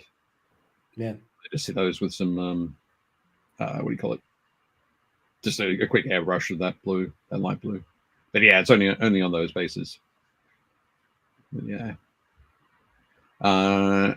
Next up, so I thought I'd go through and do it in sections that I painted. So these were the dreads that I painted up over the course of a month. So 2 Brutalis, 2 Invicta Warsuits, the Redemptor Dreadnought, and the Ballistus Dreadnought. I've got those. So far, I've used 4 of the 6 in games, which is cool. Nice. The Invicta Warsuits are very definitely not Brutalis Dreadnoughts. So nope. I have to learn how to use them differently. Yeah. Honestly, they want to be in an army that's all Phobos Marines, because they have this awesome ability where if you shoot at a Phobos unit, they just get to react and shoot it. Yeah, shoot back. Yeah, they're awesome. I did have some Phobos units nearby with these, but Jeff eliminated those Phobos units like very swiftly, and in combat rather than shooting at them. So I didn't get to use that ability, unfortunately. But my one game that went well. Let's do I'm being triggered. the motor pool. So the Redemptor Executioner, no, not Redemptor Executioner, Repulsor Executioner in the center. That's one. This one was converted by my friend Thomas that I bought the tank off. So it looks a bit different to the standard one. He created this really awesome heavy laser destroyer on it.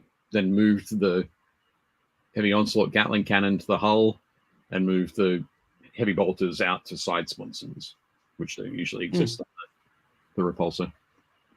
But then, yeah, you can see up at the repulsor, just regular repulsors on either side of it, at the back there.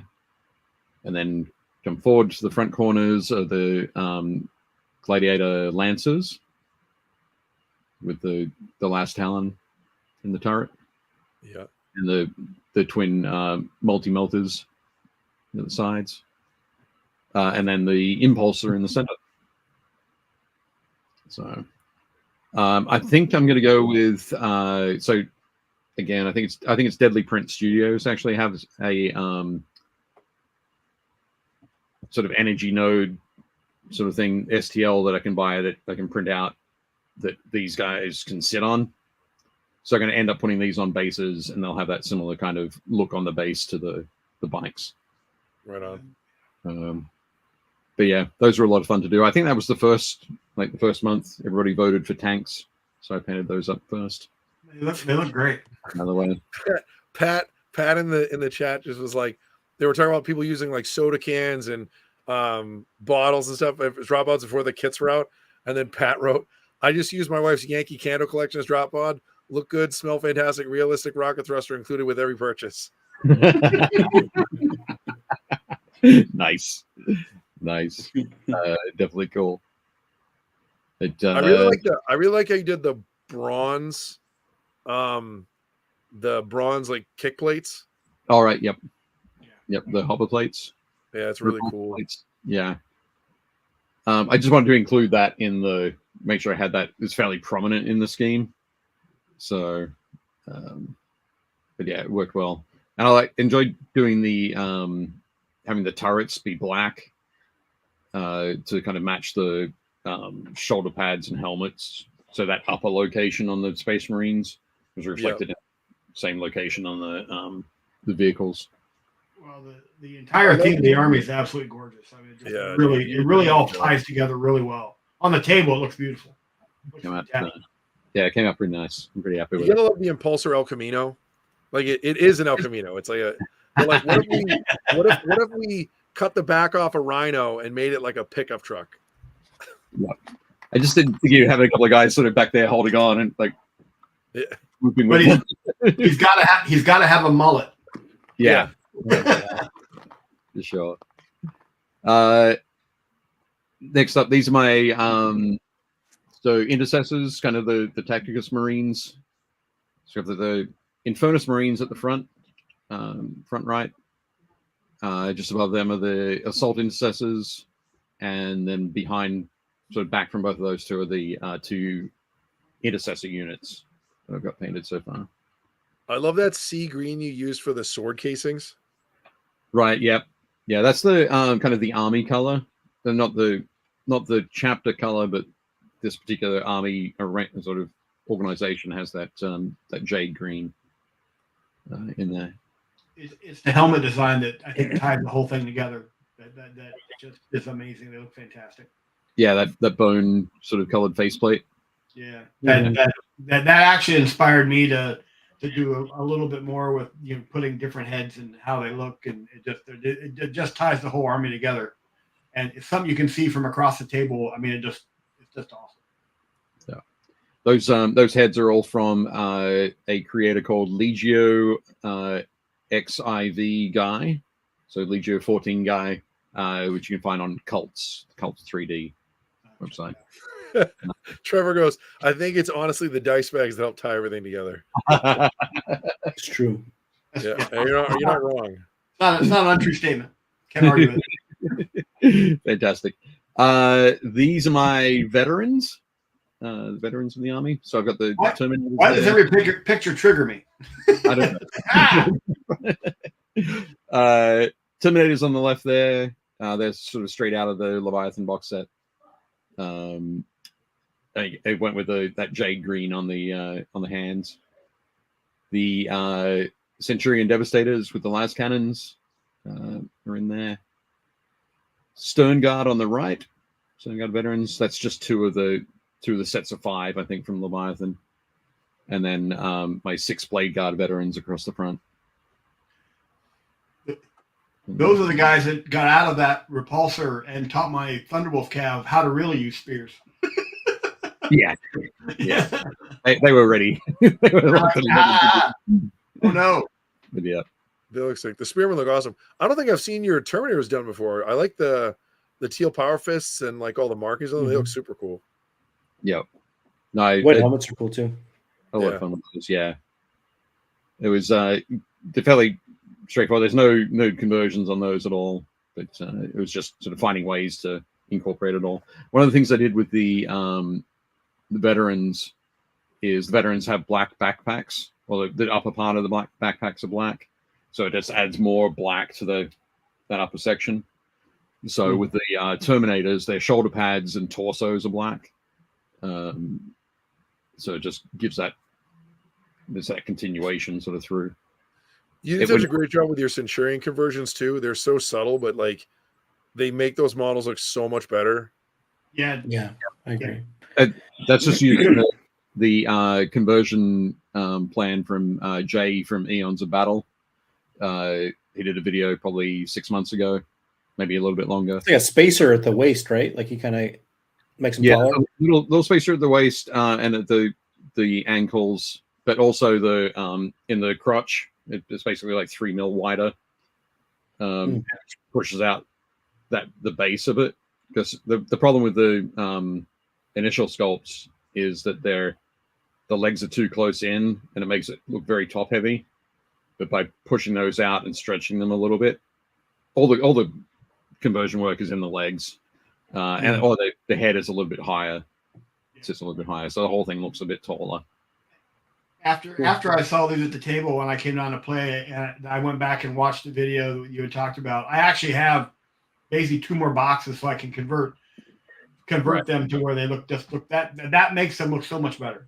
Yeah, without a doubt, definitely good. These are my Gravis armored troops. So I've got 3 aggressors, 6 eradicators, 5 heavy intercessors. I'm probably going to get 5 more heavy intercessors after seeing what Jeff does with them. They're great for grabbing objectives and sitting on them. As long as those objectives aren't too close to the edge of the board where they might be pounced on by wolves.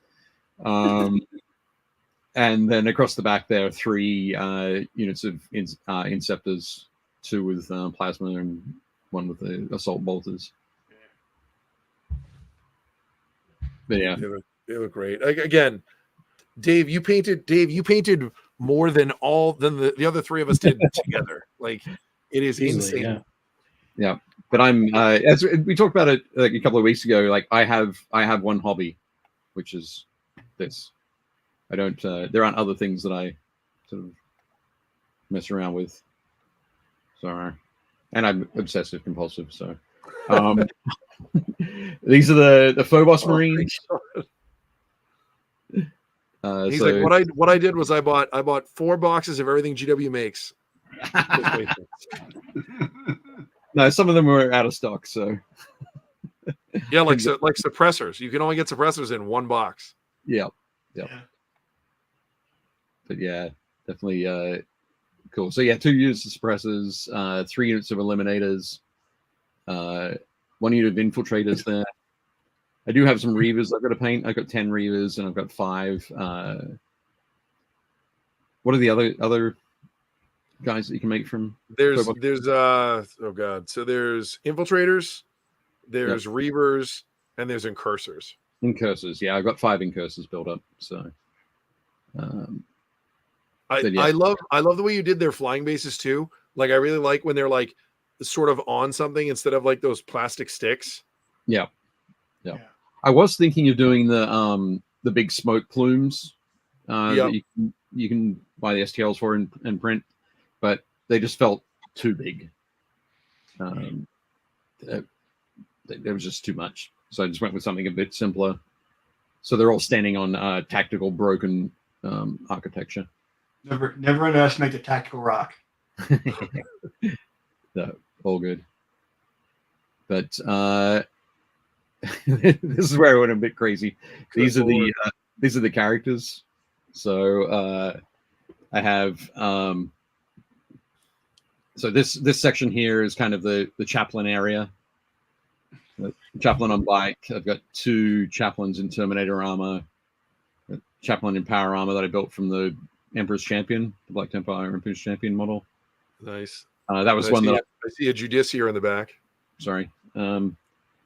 Yeah, the Judiciary in the back there. But this guy with the out of the Black Templars Emperor's Champion, that was the model I bought in Iceland when I was inspired to create the army.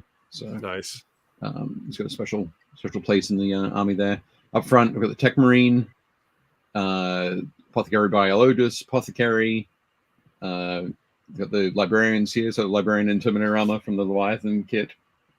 The Librarian and Phobos armor. One of the things I enjoyed doing with those was giving those force weapons, doing the freshly forged or fresh from the forge kind of look. The molten metal. I've got the Captain who came with the Company Heroes box set. That box is so good. There's so much cool stuff in that box. Yeah, those models are beautiful. Absolutely gorgeous. I got that for Christmas, so I had to make sure I got that painted up. I've got over here the Blade Guard Ancient, the Blade Guard Captain. Yeah, I like to use the Empire Standard. Yeah. That's awesome. It's got it has like the twin-tailed comet on the shield. So again, that falling star kind of idea. Awesome. Then I've got the Gravis Captain there, the Terminator Captain from Leviathan, and the banner top that the Blade Guard Veteran usually has, or Blade Guard Ancient, is the shield on my Terminator Captain. Nice. No, very cool. And then there's 2 of the. And then there's 2 Gene Stealer cultists wearing Phobos armor. Yeah, pretty much. So yeah, there's the Lieutenant Phobos, Lieutenant Phobos armor, and then the Lieutenant with the combi weapon. Those are 2 of my favorite models in the range. Yeah, they're definitely super cool. So yeah, I think those are all the models. This shot here is the army that I played against you with. Played with against you, Jeff, the first time round. Yep. So this was the first sort of assembling an army out of what I had to sort of see how it would do. That's a pretty solid loadout. That's a pretty solid list. It's hard. It's tough. Yeah. Leading anything up with 2 Brutalis Dreadnoughts is pretty hardcore. My bright spot in that game was I killed one of them. Yeah. But yeah, that's got 1 unit of intercessors, 1 unit of assault intercessors. The assault intercessors led by the chaplain. I've got the aggressors in there, led by the Apothecary Biologus. I've got 3 eradicators, the 3 Centurion Devastators, 3 of the Inceptors, Repulsor Executioner, and in the Repulsor are the Blade Guard unit led by the captain. So 7 models in there. Gorgeous. But I think what did I end of the picture there? But yeah, so this was my original idea for the army was to have these 3 units in the drop pods. So it's the assault intercessors on the left, Blade Guard with the captain, and Blade Guard Ancient in the middle, and then Stern Guard in the right. Of course, I would have loved to put it in like anything in Gravis armor, but unfortunately, Gravis armor can't go in drop pods. So You could technically put, if you were going to run it like this, you could technically put either a lieutenant or an apothecary with the Blade Guard. yeah, Oh, You can't put it in a apothecary. You could do a lieutenant though. Yeah, I could probably put in I've got the bits and pieces. I haven't built the lieutenant yet, but I've got the bits and pieces to make him. Yeah, I mean, if you have Leviathan, there's the lieutenant that comes in that box. Like, yeah. But yeah, so that was that was my fun. dude, it's ridiculous. You definitely Well done, have Dave. you definitely have over a company. It's probably close to 2 companies worth of Space Marines. It's a lot of dudes for sure. But I really it was great to sort of be painting them and have a purpose like this, have a focus. So it helped me to plan it out and separate everything out and make it all, put it into achievable chunks rather than just going, okay, you have an unlimited time to paint 150 models, however many there are. And that I would have meandered a bit there, I think. I would have chopped and changed and done some. Yeah, for sure. Sort of had. I think it changes the way that you approach things when you have a deadline like that, or you have like some sort of accountability at the end. Like you gotta like do something for a show, or you gotta do something for a tournament, or whatever it is. Like I think it's the way that you approach the project is different than if you were just adding to a collection or something. You know. Yeah, for sure. Richard Ralph says, "What am I looking at in total? A 1.2 million point army." No, I would guess it's close to 10,000 points. No, I think it's I mean it's closer to 10,000 than it is to 2,000, but it's I think it's about 2,000 points short of 10,000. I don't know. I think it's in the 75. Really? Yeah. Trust me, they trim back a lot of the points. Okay. I mean, those characters are all like 50 or 80 points each. They're not like 150. Yeah, but it's all the tanks. It's all the tanks and all the dreadnoughts. Yeah, tanks and the dreads certainly help. Yeah, without a doubt. Still, the theme and the way they just it's a really nice looking army on the table. Yeah. Yeah, it's very cool. It's gorgeous. Awesome. Mark Henry joined us. Hi, Mark. Stephen Wright is here. The Tabletop Super Show. Brett Abbott has joined us, and Brett said, "This is not where you went a bit crazy, Dave. That was years ago." No, I like that Jez is I like that everyone did incredible work, really inspiring. It's really amazing that you all did Alpha Legion. Alpha's the best Legion. At some point, once I'm done with this, I think the next Space Marine army I'm going to do is I've been like hoarding all my Phobos stuff. Yep. And I want to run a Phobos army, but what I'm going to do is I'm going to paint the whole army as Alpha Legion, and then I'm going to run them using the Raven Guards rules. Okay. Because they're like in the last 3 editions, like their rules have been very similar in terms of like how they work. So, and I don't want to do I don't want to do more a really dark army again. I don't want to do like all black Marines. So I think by doing Alpha Legion, I can do a different color scheme, something not red. I'll be doing like lots of turquoises and purples and teals and something the opposite end of the spectrum. Yeah, exactly. Opposite side of the color wheel. Yeah, for sure. Cool. Well, I just noticed the time, and I apologize for dragging things over time a little bit, but I thought we should quickly race through all of the awesome submissions from our community. So these are all from the Build Paint Play community Facebook page. Speaking of which, if I can get each of us to put up a post on the in the group, on the community page about our armies and some of the shots that we showed tonight, that would be super cool. Sure, no problem. Excellent. Okay, so yes, first up, Adam Weller has painted this awesome crazy vampire. Yeah, this guy's great. Real nice. Fantastic. Yeah, I'm really loving the Adam's use of light, and where he's pushing the focus of it. Beautiful. The medallions around the waist and like the highlighting and shading on the bandages on the leg, like the muscles on the leg. Yeah, I love that part of it. Like everything is really beautiful, but like that little area around there is like my favorite. It's really, really cool. Yeah. Yeah, like this Ghoul King does not skip leg day. He is in really good shape for a dead guy. I hope he well someday. Oh my God, that's gorgeous. Yeah. Yep. I'm a little bit worried about his feet though. He does have very tiny feet. Yep. He's got to keep moving all the time to keep his balance. Was he designed by Rob Liefeld? No, because you can see his feet, and he has ankles. He has ankles and a waist. That's true. That's true. Yeah. And he's missing a few ammo pouches. Yeah. That's the thing. He'd be covered in ammo pouches. He would be everywhere. Excellent. Next up from Adam is this awesome Lord of Contagion. Yikes! Yeah. So this is a third-party sculpt. I can't remember who did this one, but look at his gross dead foot. yeah, that foot looks great, doesn't it? It's like a power armor like flip flop. Yep. Beautiful stuff. Looks Yeah, amazing. that model's super gross. Nice textures. Really cool. Yeah. Yeah.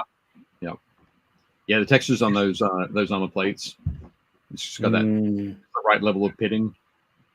I do like Yeah, it looks fun. all the oxidization. It adds like a lot of like cool blue to the green. Yeah. Mm-hmm. Yeah, something really good up around those the vents on the shoulder pad. Yeah. Again, beautiful work there, Adam.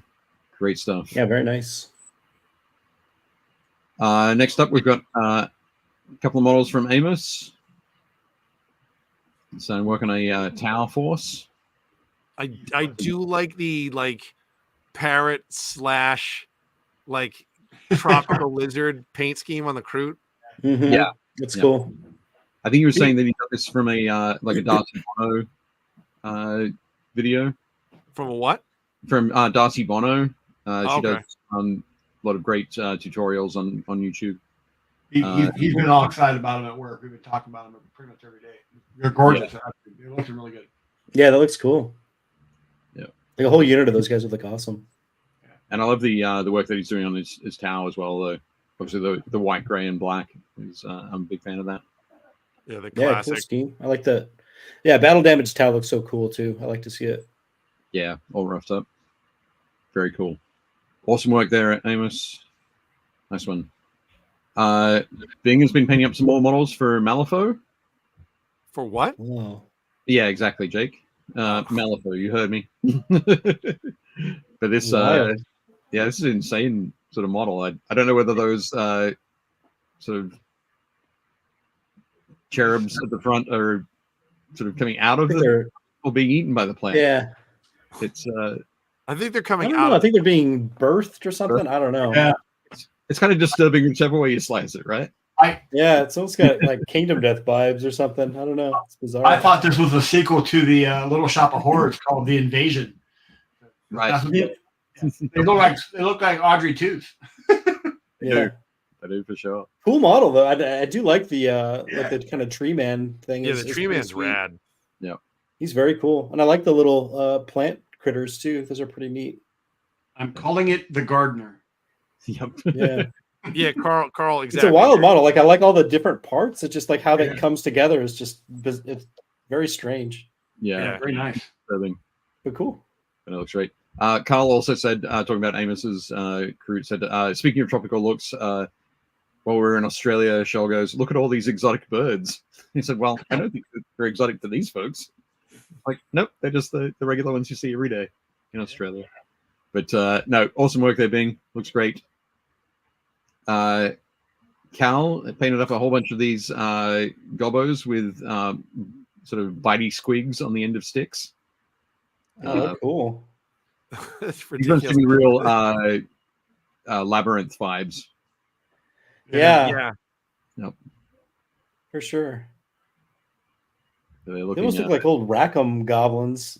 Yeah. I like the helmet in the middle with the jaws in that's the slot he's looking out of. right. Yeah. Those are fun. I like Those those. are great.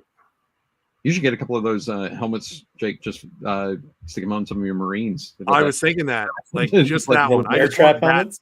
I want that helmet. Absolutely. Nice work, Cal. Very cool. Mm. Chris Gorka has painted up a Void Dragon. Gorgeous as always. When I first Very looked at this, cool. I was like, "What's all the green stuff like on the bottom? It looks like bits of broccoli or kale." And then I was like, "Oh, it's like the what do you call it? The not Scarabs. drones, the scarabs. It's all scarabs." Yep. But no. Is that model that you can buy him separately, right? Like there's one of those that you can only get in like the big giant. Yeah, Necron. that's the was it the bound? Oh, the transcendent. Yeah, Uh-huh. either the bound Satan, which is inside the big one, or it's opened and then he's out and you can run him on his own. But yeah, this guy, the Void Cool. Dragon, is his own. He's his own kit. His own thing. They're pretty It's sweet. a super cool kit. Gorgeous. I love the sort of the reflected green in the shadows on the body. Yeah, Really it's nice. really Chris. nice. And Chris has been doing some more work for his own Flesh Eater Courts army. The Bad Head dudes now. Yep. So yeah, definitely cool. They're great. Mark, we're going to make sure you get in touch with Chris to get some of the dirty down gore. I like how this guy literally was like, "I'll take this body, I'll stick it on top of me as a hat. I'll wear it as a hat. No one will know that it's me." I'm hiding. I'm hiding as a hat with this guy's hat. Fantastic. Looks awesome. Great work. Dave posted or shared a picture from a game that he had. So this is Dave Hummel playing his Astra Militarum army against his friends Ultramarines. I think Dave said that this was his first game of 10th, playing a 1,000-point game. Very nice. So, but yeah, quite cool there. So great to see you playing, Dave. Look in the background. This guy has almost as many Ultramarines as Dave has Falling Stars. Almost. No, he's got more. He's getting there. It's more. Look at that. I can see at least like 5 or 6 more vehicles than me. But yeah, looking great there, Dave. And Dave also shared this guy who used to be a Terminator chaplain in his force. But he's now, because he can't have the lightning claws, he's moving to become a lieutenant, I think. Very nice. What Dave was saying. But yeah. Oh, yeah, Dave, Carl, you're correct. Dave's friend does own all of the Dead Hoff cases. Nice. But yeah, great work there, Dave. Nice one. Thanks for sharing. Dave Powell's. This model's great. It is a cool model, isn't it? So this is from the new, so the Old World, Warhammer Old World selection. But Dave's just started this Orc and Goblin army he's going to be working on. He already has a Vampire Counts army done up for Warhammer Fantasy / Warhammer of the Old World. And yeah, this guy is going to be very cool. The greens are great. I love all the little highlighting and stuff he's got on his skin and stuff. This is a tale in 2 stories. Like this is picture 1, and then the next one is him getting crushed with a giant boulder. That's a grudge stone. Right. Yep. Absolutely. But yeah, it's looking awesome. Nice work from Dave there. Next up, Jason Turner. Yay! Painting up the Marvel United models. These models are so good. They are fun. Like fun to paint. Yep. Yeah, they're looking great. The coolest thing about these models is like not only are they really fun sculpts and they're really true to the characters. They do a great job of capturing the character, but because they're like pseudo chibi, it feels like cheating. Like it's so much easier to get really cool effects on them, and you're like, wow, this looks great. And it's like, yeah, because the hardest part of any model to paint is typically the face and the head, and then they're all like blown up for these models. So, yeah. Well, during the whole project with Tale of 4 Warlords, I had managed to score a Beta Ray Bill, and for the longest time, I had him sitting on that shelf, and it was really going, I got to paint you, so I had to go put him back in the box so I wouldn't be distracted. I wanted to paint him so bad. Well, Jeff, you're getting a Beta Ray Bill anyways, because you ordered the whole restock with me, and he comes in the bonus box. And the downside of that is what? I mean, there's no downside. I'll have two. Awesome. But excellent work here, Jason. Nice one. Those are great. Jonathan Palomo has been painting up a Mutaleth Vortex Beast. Dude, it took my eyes a second to figure this out. I was like, wait, what? Yeah, 'cause in the whole photo, there's a whole rainbow of colors going on in the paints. Yeah, I was like, what the hell? Color wheel on the background, and then there's a riot of colors happening here. So, Jonathan, next time, pop it on a plain background. Even on a plane back, that is the busiest model I think I've ever seen. Oh yeah, it's pretty involved. There's horn, teeth, tentacles. I mean, it's like it's got it all. Yeah. Holy cow. That's awesome. Carl says, yeah, it's such a weird model, but so good on the tabletop. Yeah, it's so wacky. No. I like that there's mouths. I like that there's mouths on his tails. Right. Yeah. Yep. Yeah. Holy cow. But no, it's definitely looks cool. Nice one. Kelly Rowe painted is working on some shadow point. So this is Leia as Bausch. Bausch. Is that I was going to say Boosh, but is it Bausch? I always thought it was Bausch, but they never say it in the movie. Right. It's only written on the blister pack for the. Yeah, it was written on the action figure. On the card for the action figure. Yep. But no, looking great there, Kelly. Very nice. Yeah. Super really good. well done. Excellent stuff. Ken Hartnett has finished off the basing for his Commander Farsight. That's who this is, right? Farsight. Yep. Very cool. Yeah. Yeah, I think the white, the snow there, just offsets the red black. The cherry blossoms are so cool. Like I like that GW fully awesome. leaned into the idea that he is a samurai. Right. Yep. Really done that for sure. Very nice. I know. Excellent work there, Ken. Look forward to seeing more of your towel. Christian Simonson. So using his the backdrop that we saw last week that he drew, and doing a little bit of force perspective here. So these guys are. It's not a little Titan. It's the Titan is far away. Remember, Titan is far away. It was like I want to have a Warlord in this picture, but I don't want to drop $1,400 on a Warlord. So, man, when are you buying your Warlord? 2016. All right. Sorry, that's but that's just the body. That's without the arms or the head. Right. Okay. Yep. But no, excellent work and great use of that the backdrop and the Titan there, Christian. Very nice. Fantastic. Yeah, it's fun. I like the light on the photo. It looks really cool. Yeah. That's awesome. Christian also shared a couple of older pieces. Wow. So this guy is sort of wandering through a swamp. Does make the Chaos Warrior seem quite a bit shorter, which is why I wanted to show that the shot from the back. Yeah. With the resin, but always like when people are using plinths that the plinth isn't just flat on top.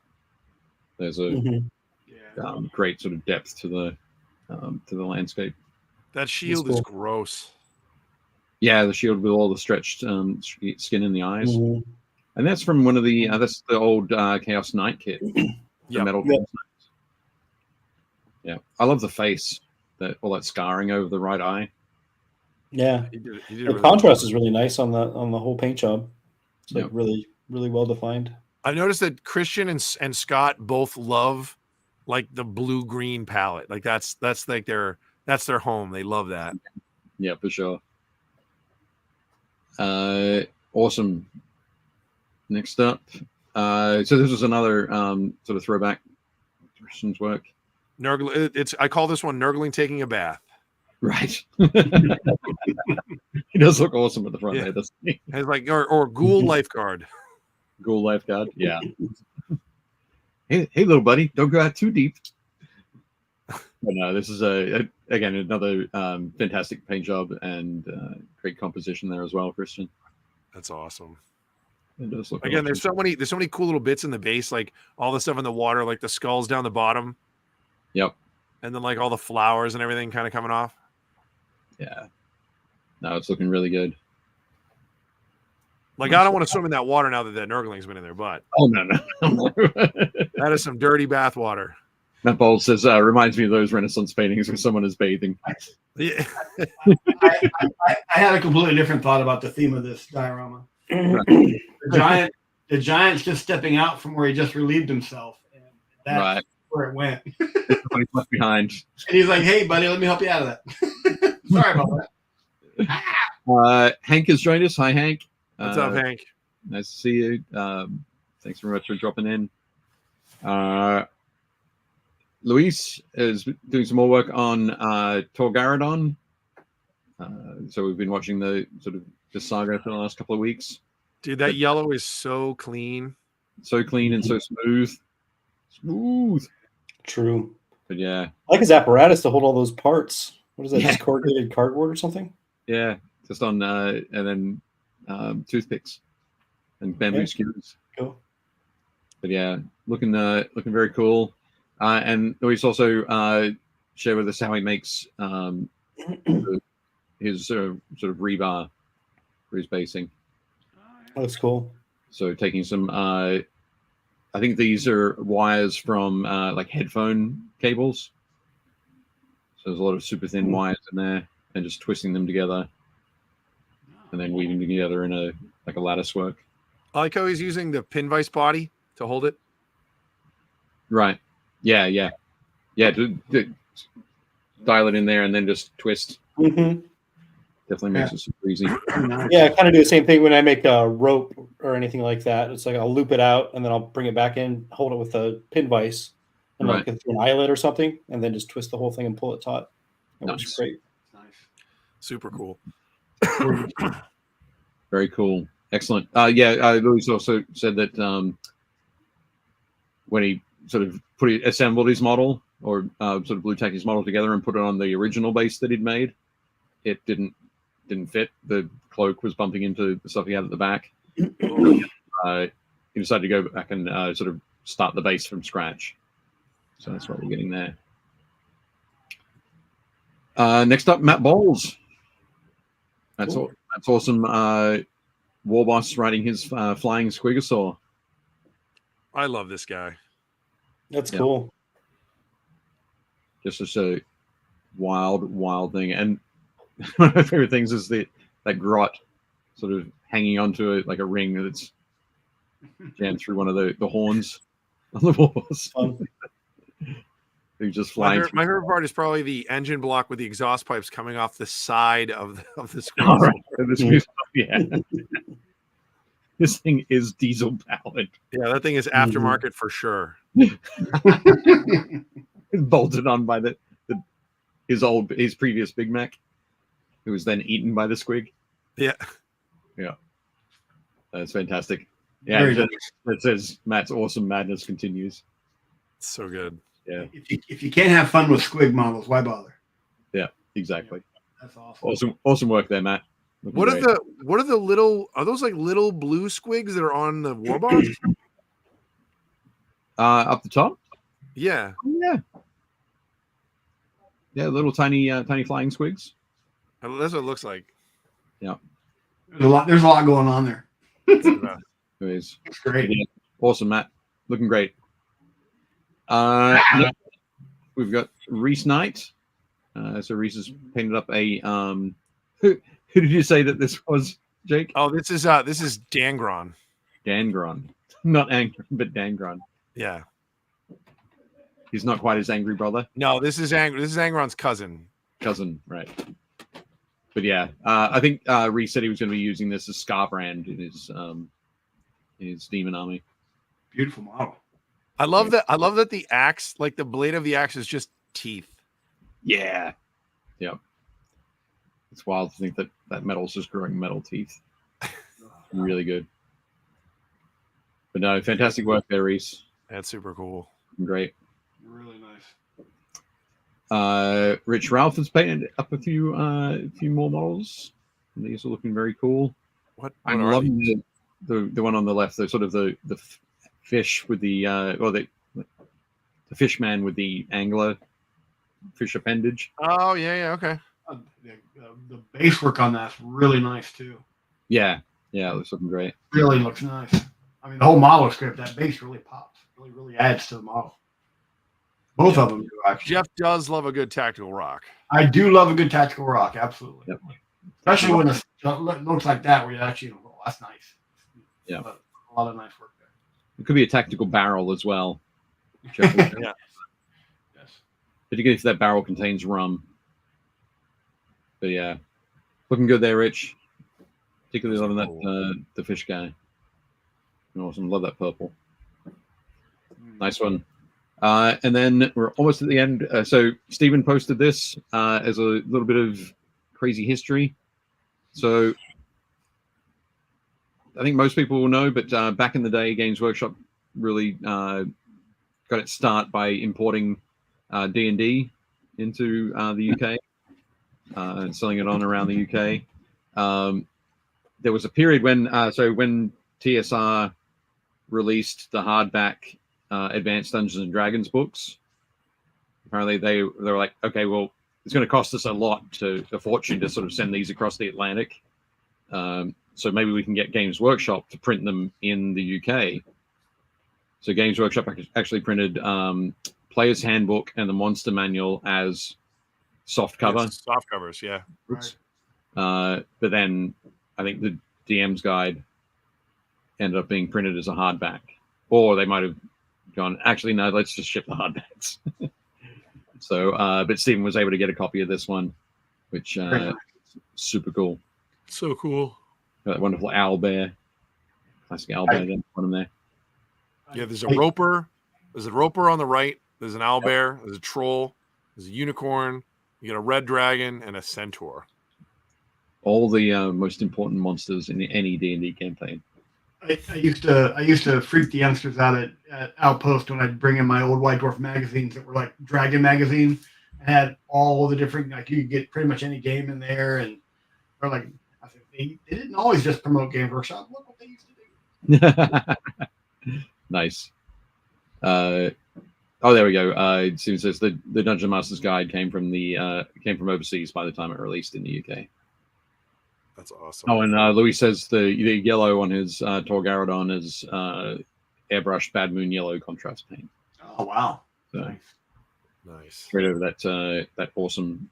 Oh yeah, that's super thin, like super I fine. think it's Tamiya. That super thin Tamiya, like white. Fantastic. Oh, Mick has just joined us. Mick, you're hitting us just as we come to the end of the stream, because I think this is the final picture. Stephen has also painted up is working on a gold dragon here.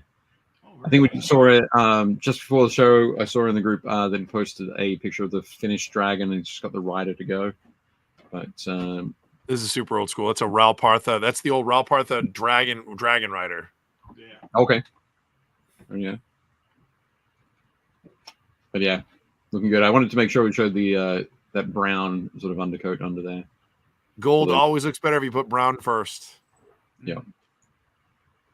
But yeah, there we go. Yeah, Steven says the finished dragon is in the group.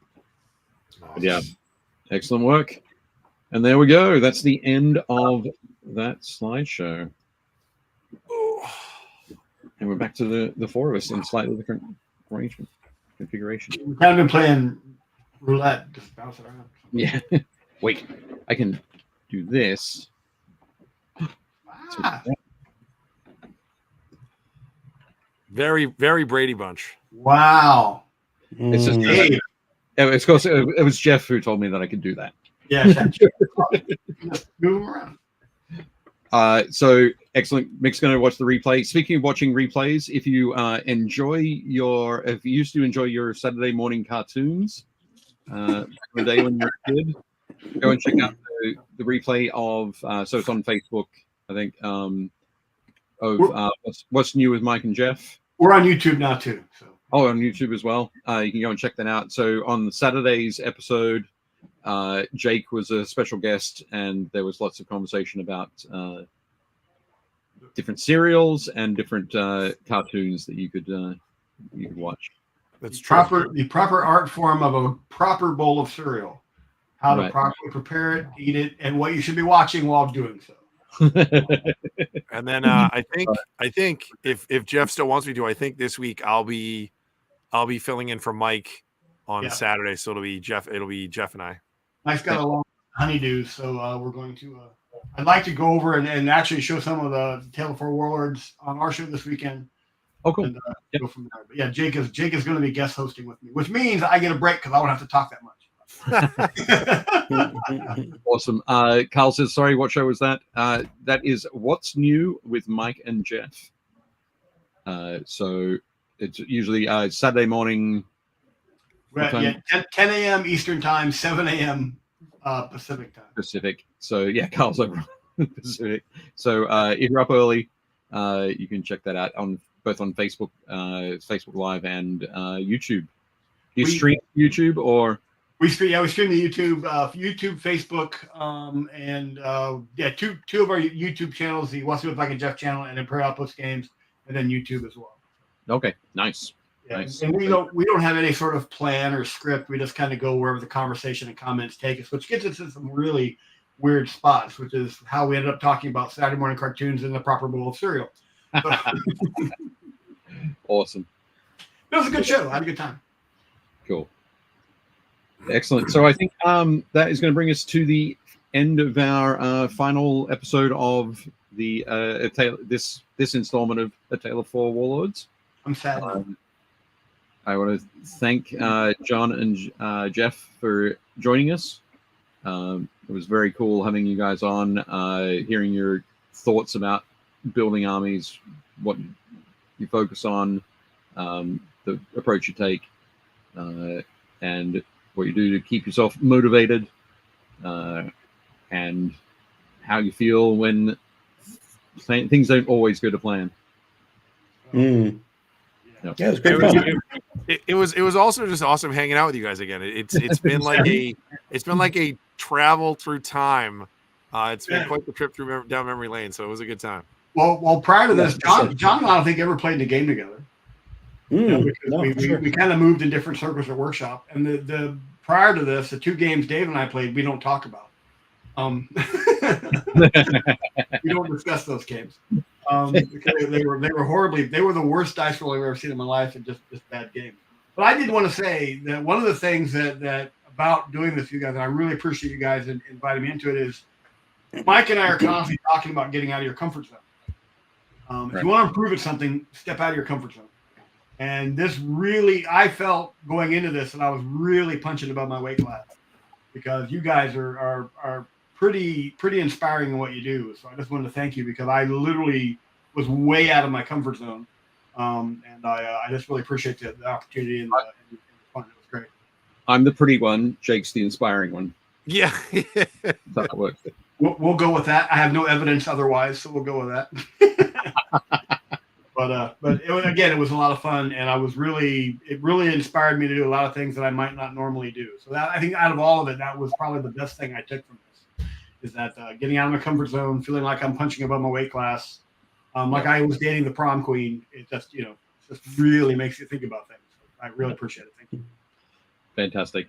One thing I forgot to mention earlier in the show, the Kickstarter for the Art of series, so the volumes 10, 11, and 12, was originally due to kick off this Friday. We've had to push it back. One of the authors is ill at the moment, so we want to give him time to recover and be ready to jump in to everything. So we keep pushing the launch of that back to May 17th. I'll be making social media posts about that kind of thing as well. So we've got a little bit more time. Hooray! Link down in the notes below to find the notification page. As there is a link to our sponsors, our season sponsor, the Army Painter, and our Warlord, Tale of Four Warlords series sponsor, Armored Wolf. So Trevor is in the chat there. Check out the link below. I'm going to be reaching out to Trevor right after the show. Fantastic. So thank you very much, guys. I am just going to get all my button stuff ready. So Jake, you want to take us out? Yeah, sure. Again, thank you guys so much. We keep saying it, but like it was awesome hanging out with you guys. And I do, the only thing I would say is this is now 2 years in a row. So 2 years in a row, I have brought armies to Adepticon. Usually I don't. I usually go when I hang out and I play stuff that's there, but I don't usually bring armies. So 2 years in a row now, I've brought an army, and both years I've gotten halfway through a game that has ended in a tie. So technically, I'm undefeated at Adepticon, is what I'm saying. So There you go. we'll have to. There you go. We'll figure something out again for next year, like whether it's maybe we do something smaller, like so we can hang out more with John. Maybe the three of us all paint like Necromunda warbands, and we all go play Necromunda for a couple of nights or something. Yes. Necromunda, absolutely. I mean, and I'm psyched about that because it means I have to paint less models, so I'm cool with that. Necromunda. Yeah. Dave will just Sounds paint great. one of every Necromunda model, so it'll be even. But no, it'll be cool. I want an excuse to paint the Ambots, so. Nice. Heck yeah. But yeah, thank you. Huge thank you to John. Huge thank you to Jeff. Big shout out to Army Painter. Big shout out to Trevor and Iron Wolf. And we will see you guys next week. I was going to say, just for thank you to everybody in the chat. Had a fantastic. Obviously. Yeah. Absolutely. I mean, we do this just to hang out. We appreciate that all you guys like listening to us kind of ramble on about stuff. And we will see you guys next week. And as always, do not forget to build paint, play.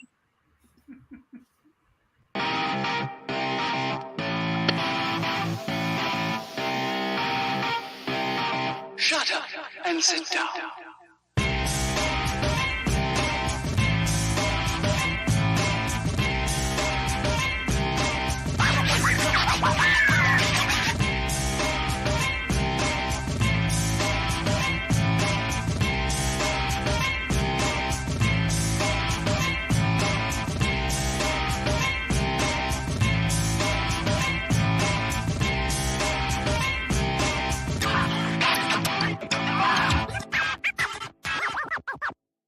Shut up and sit down.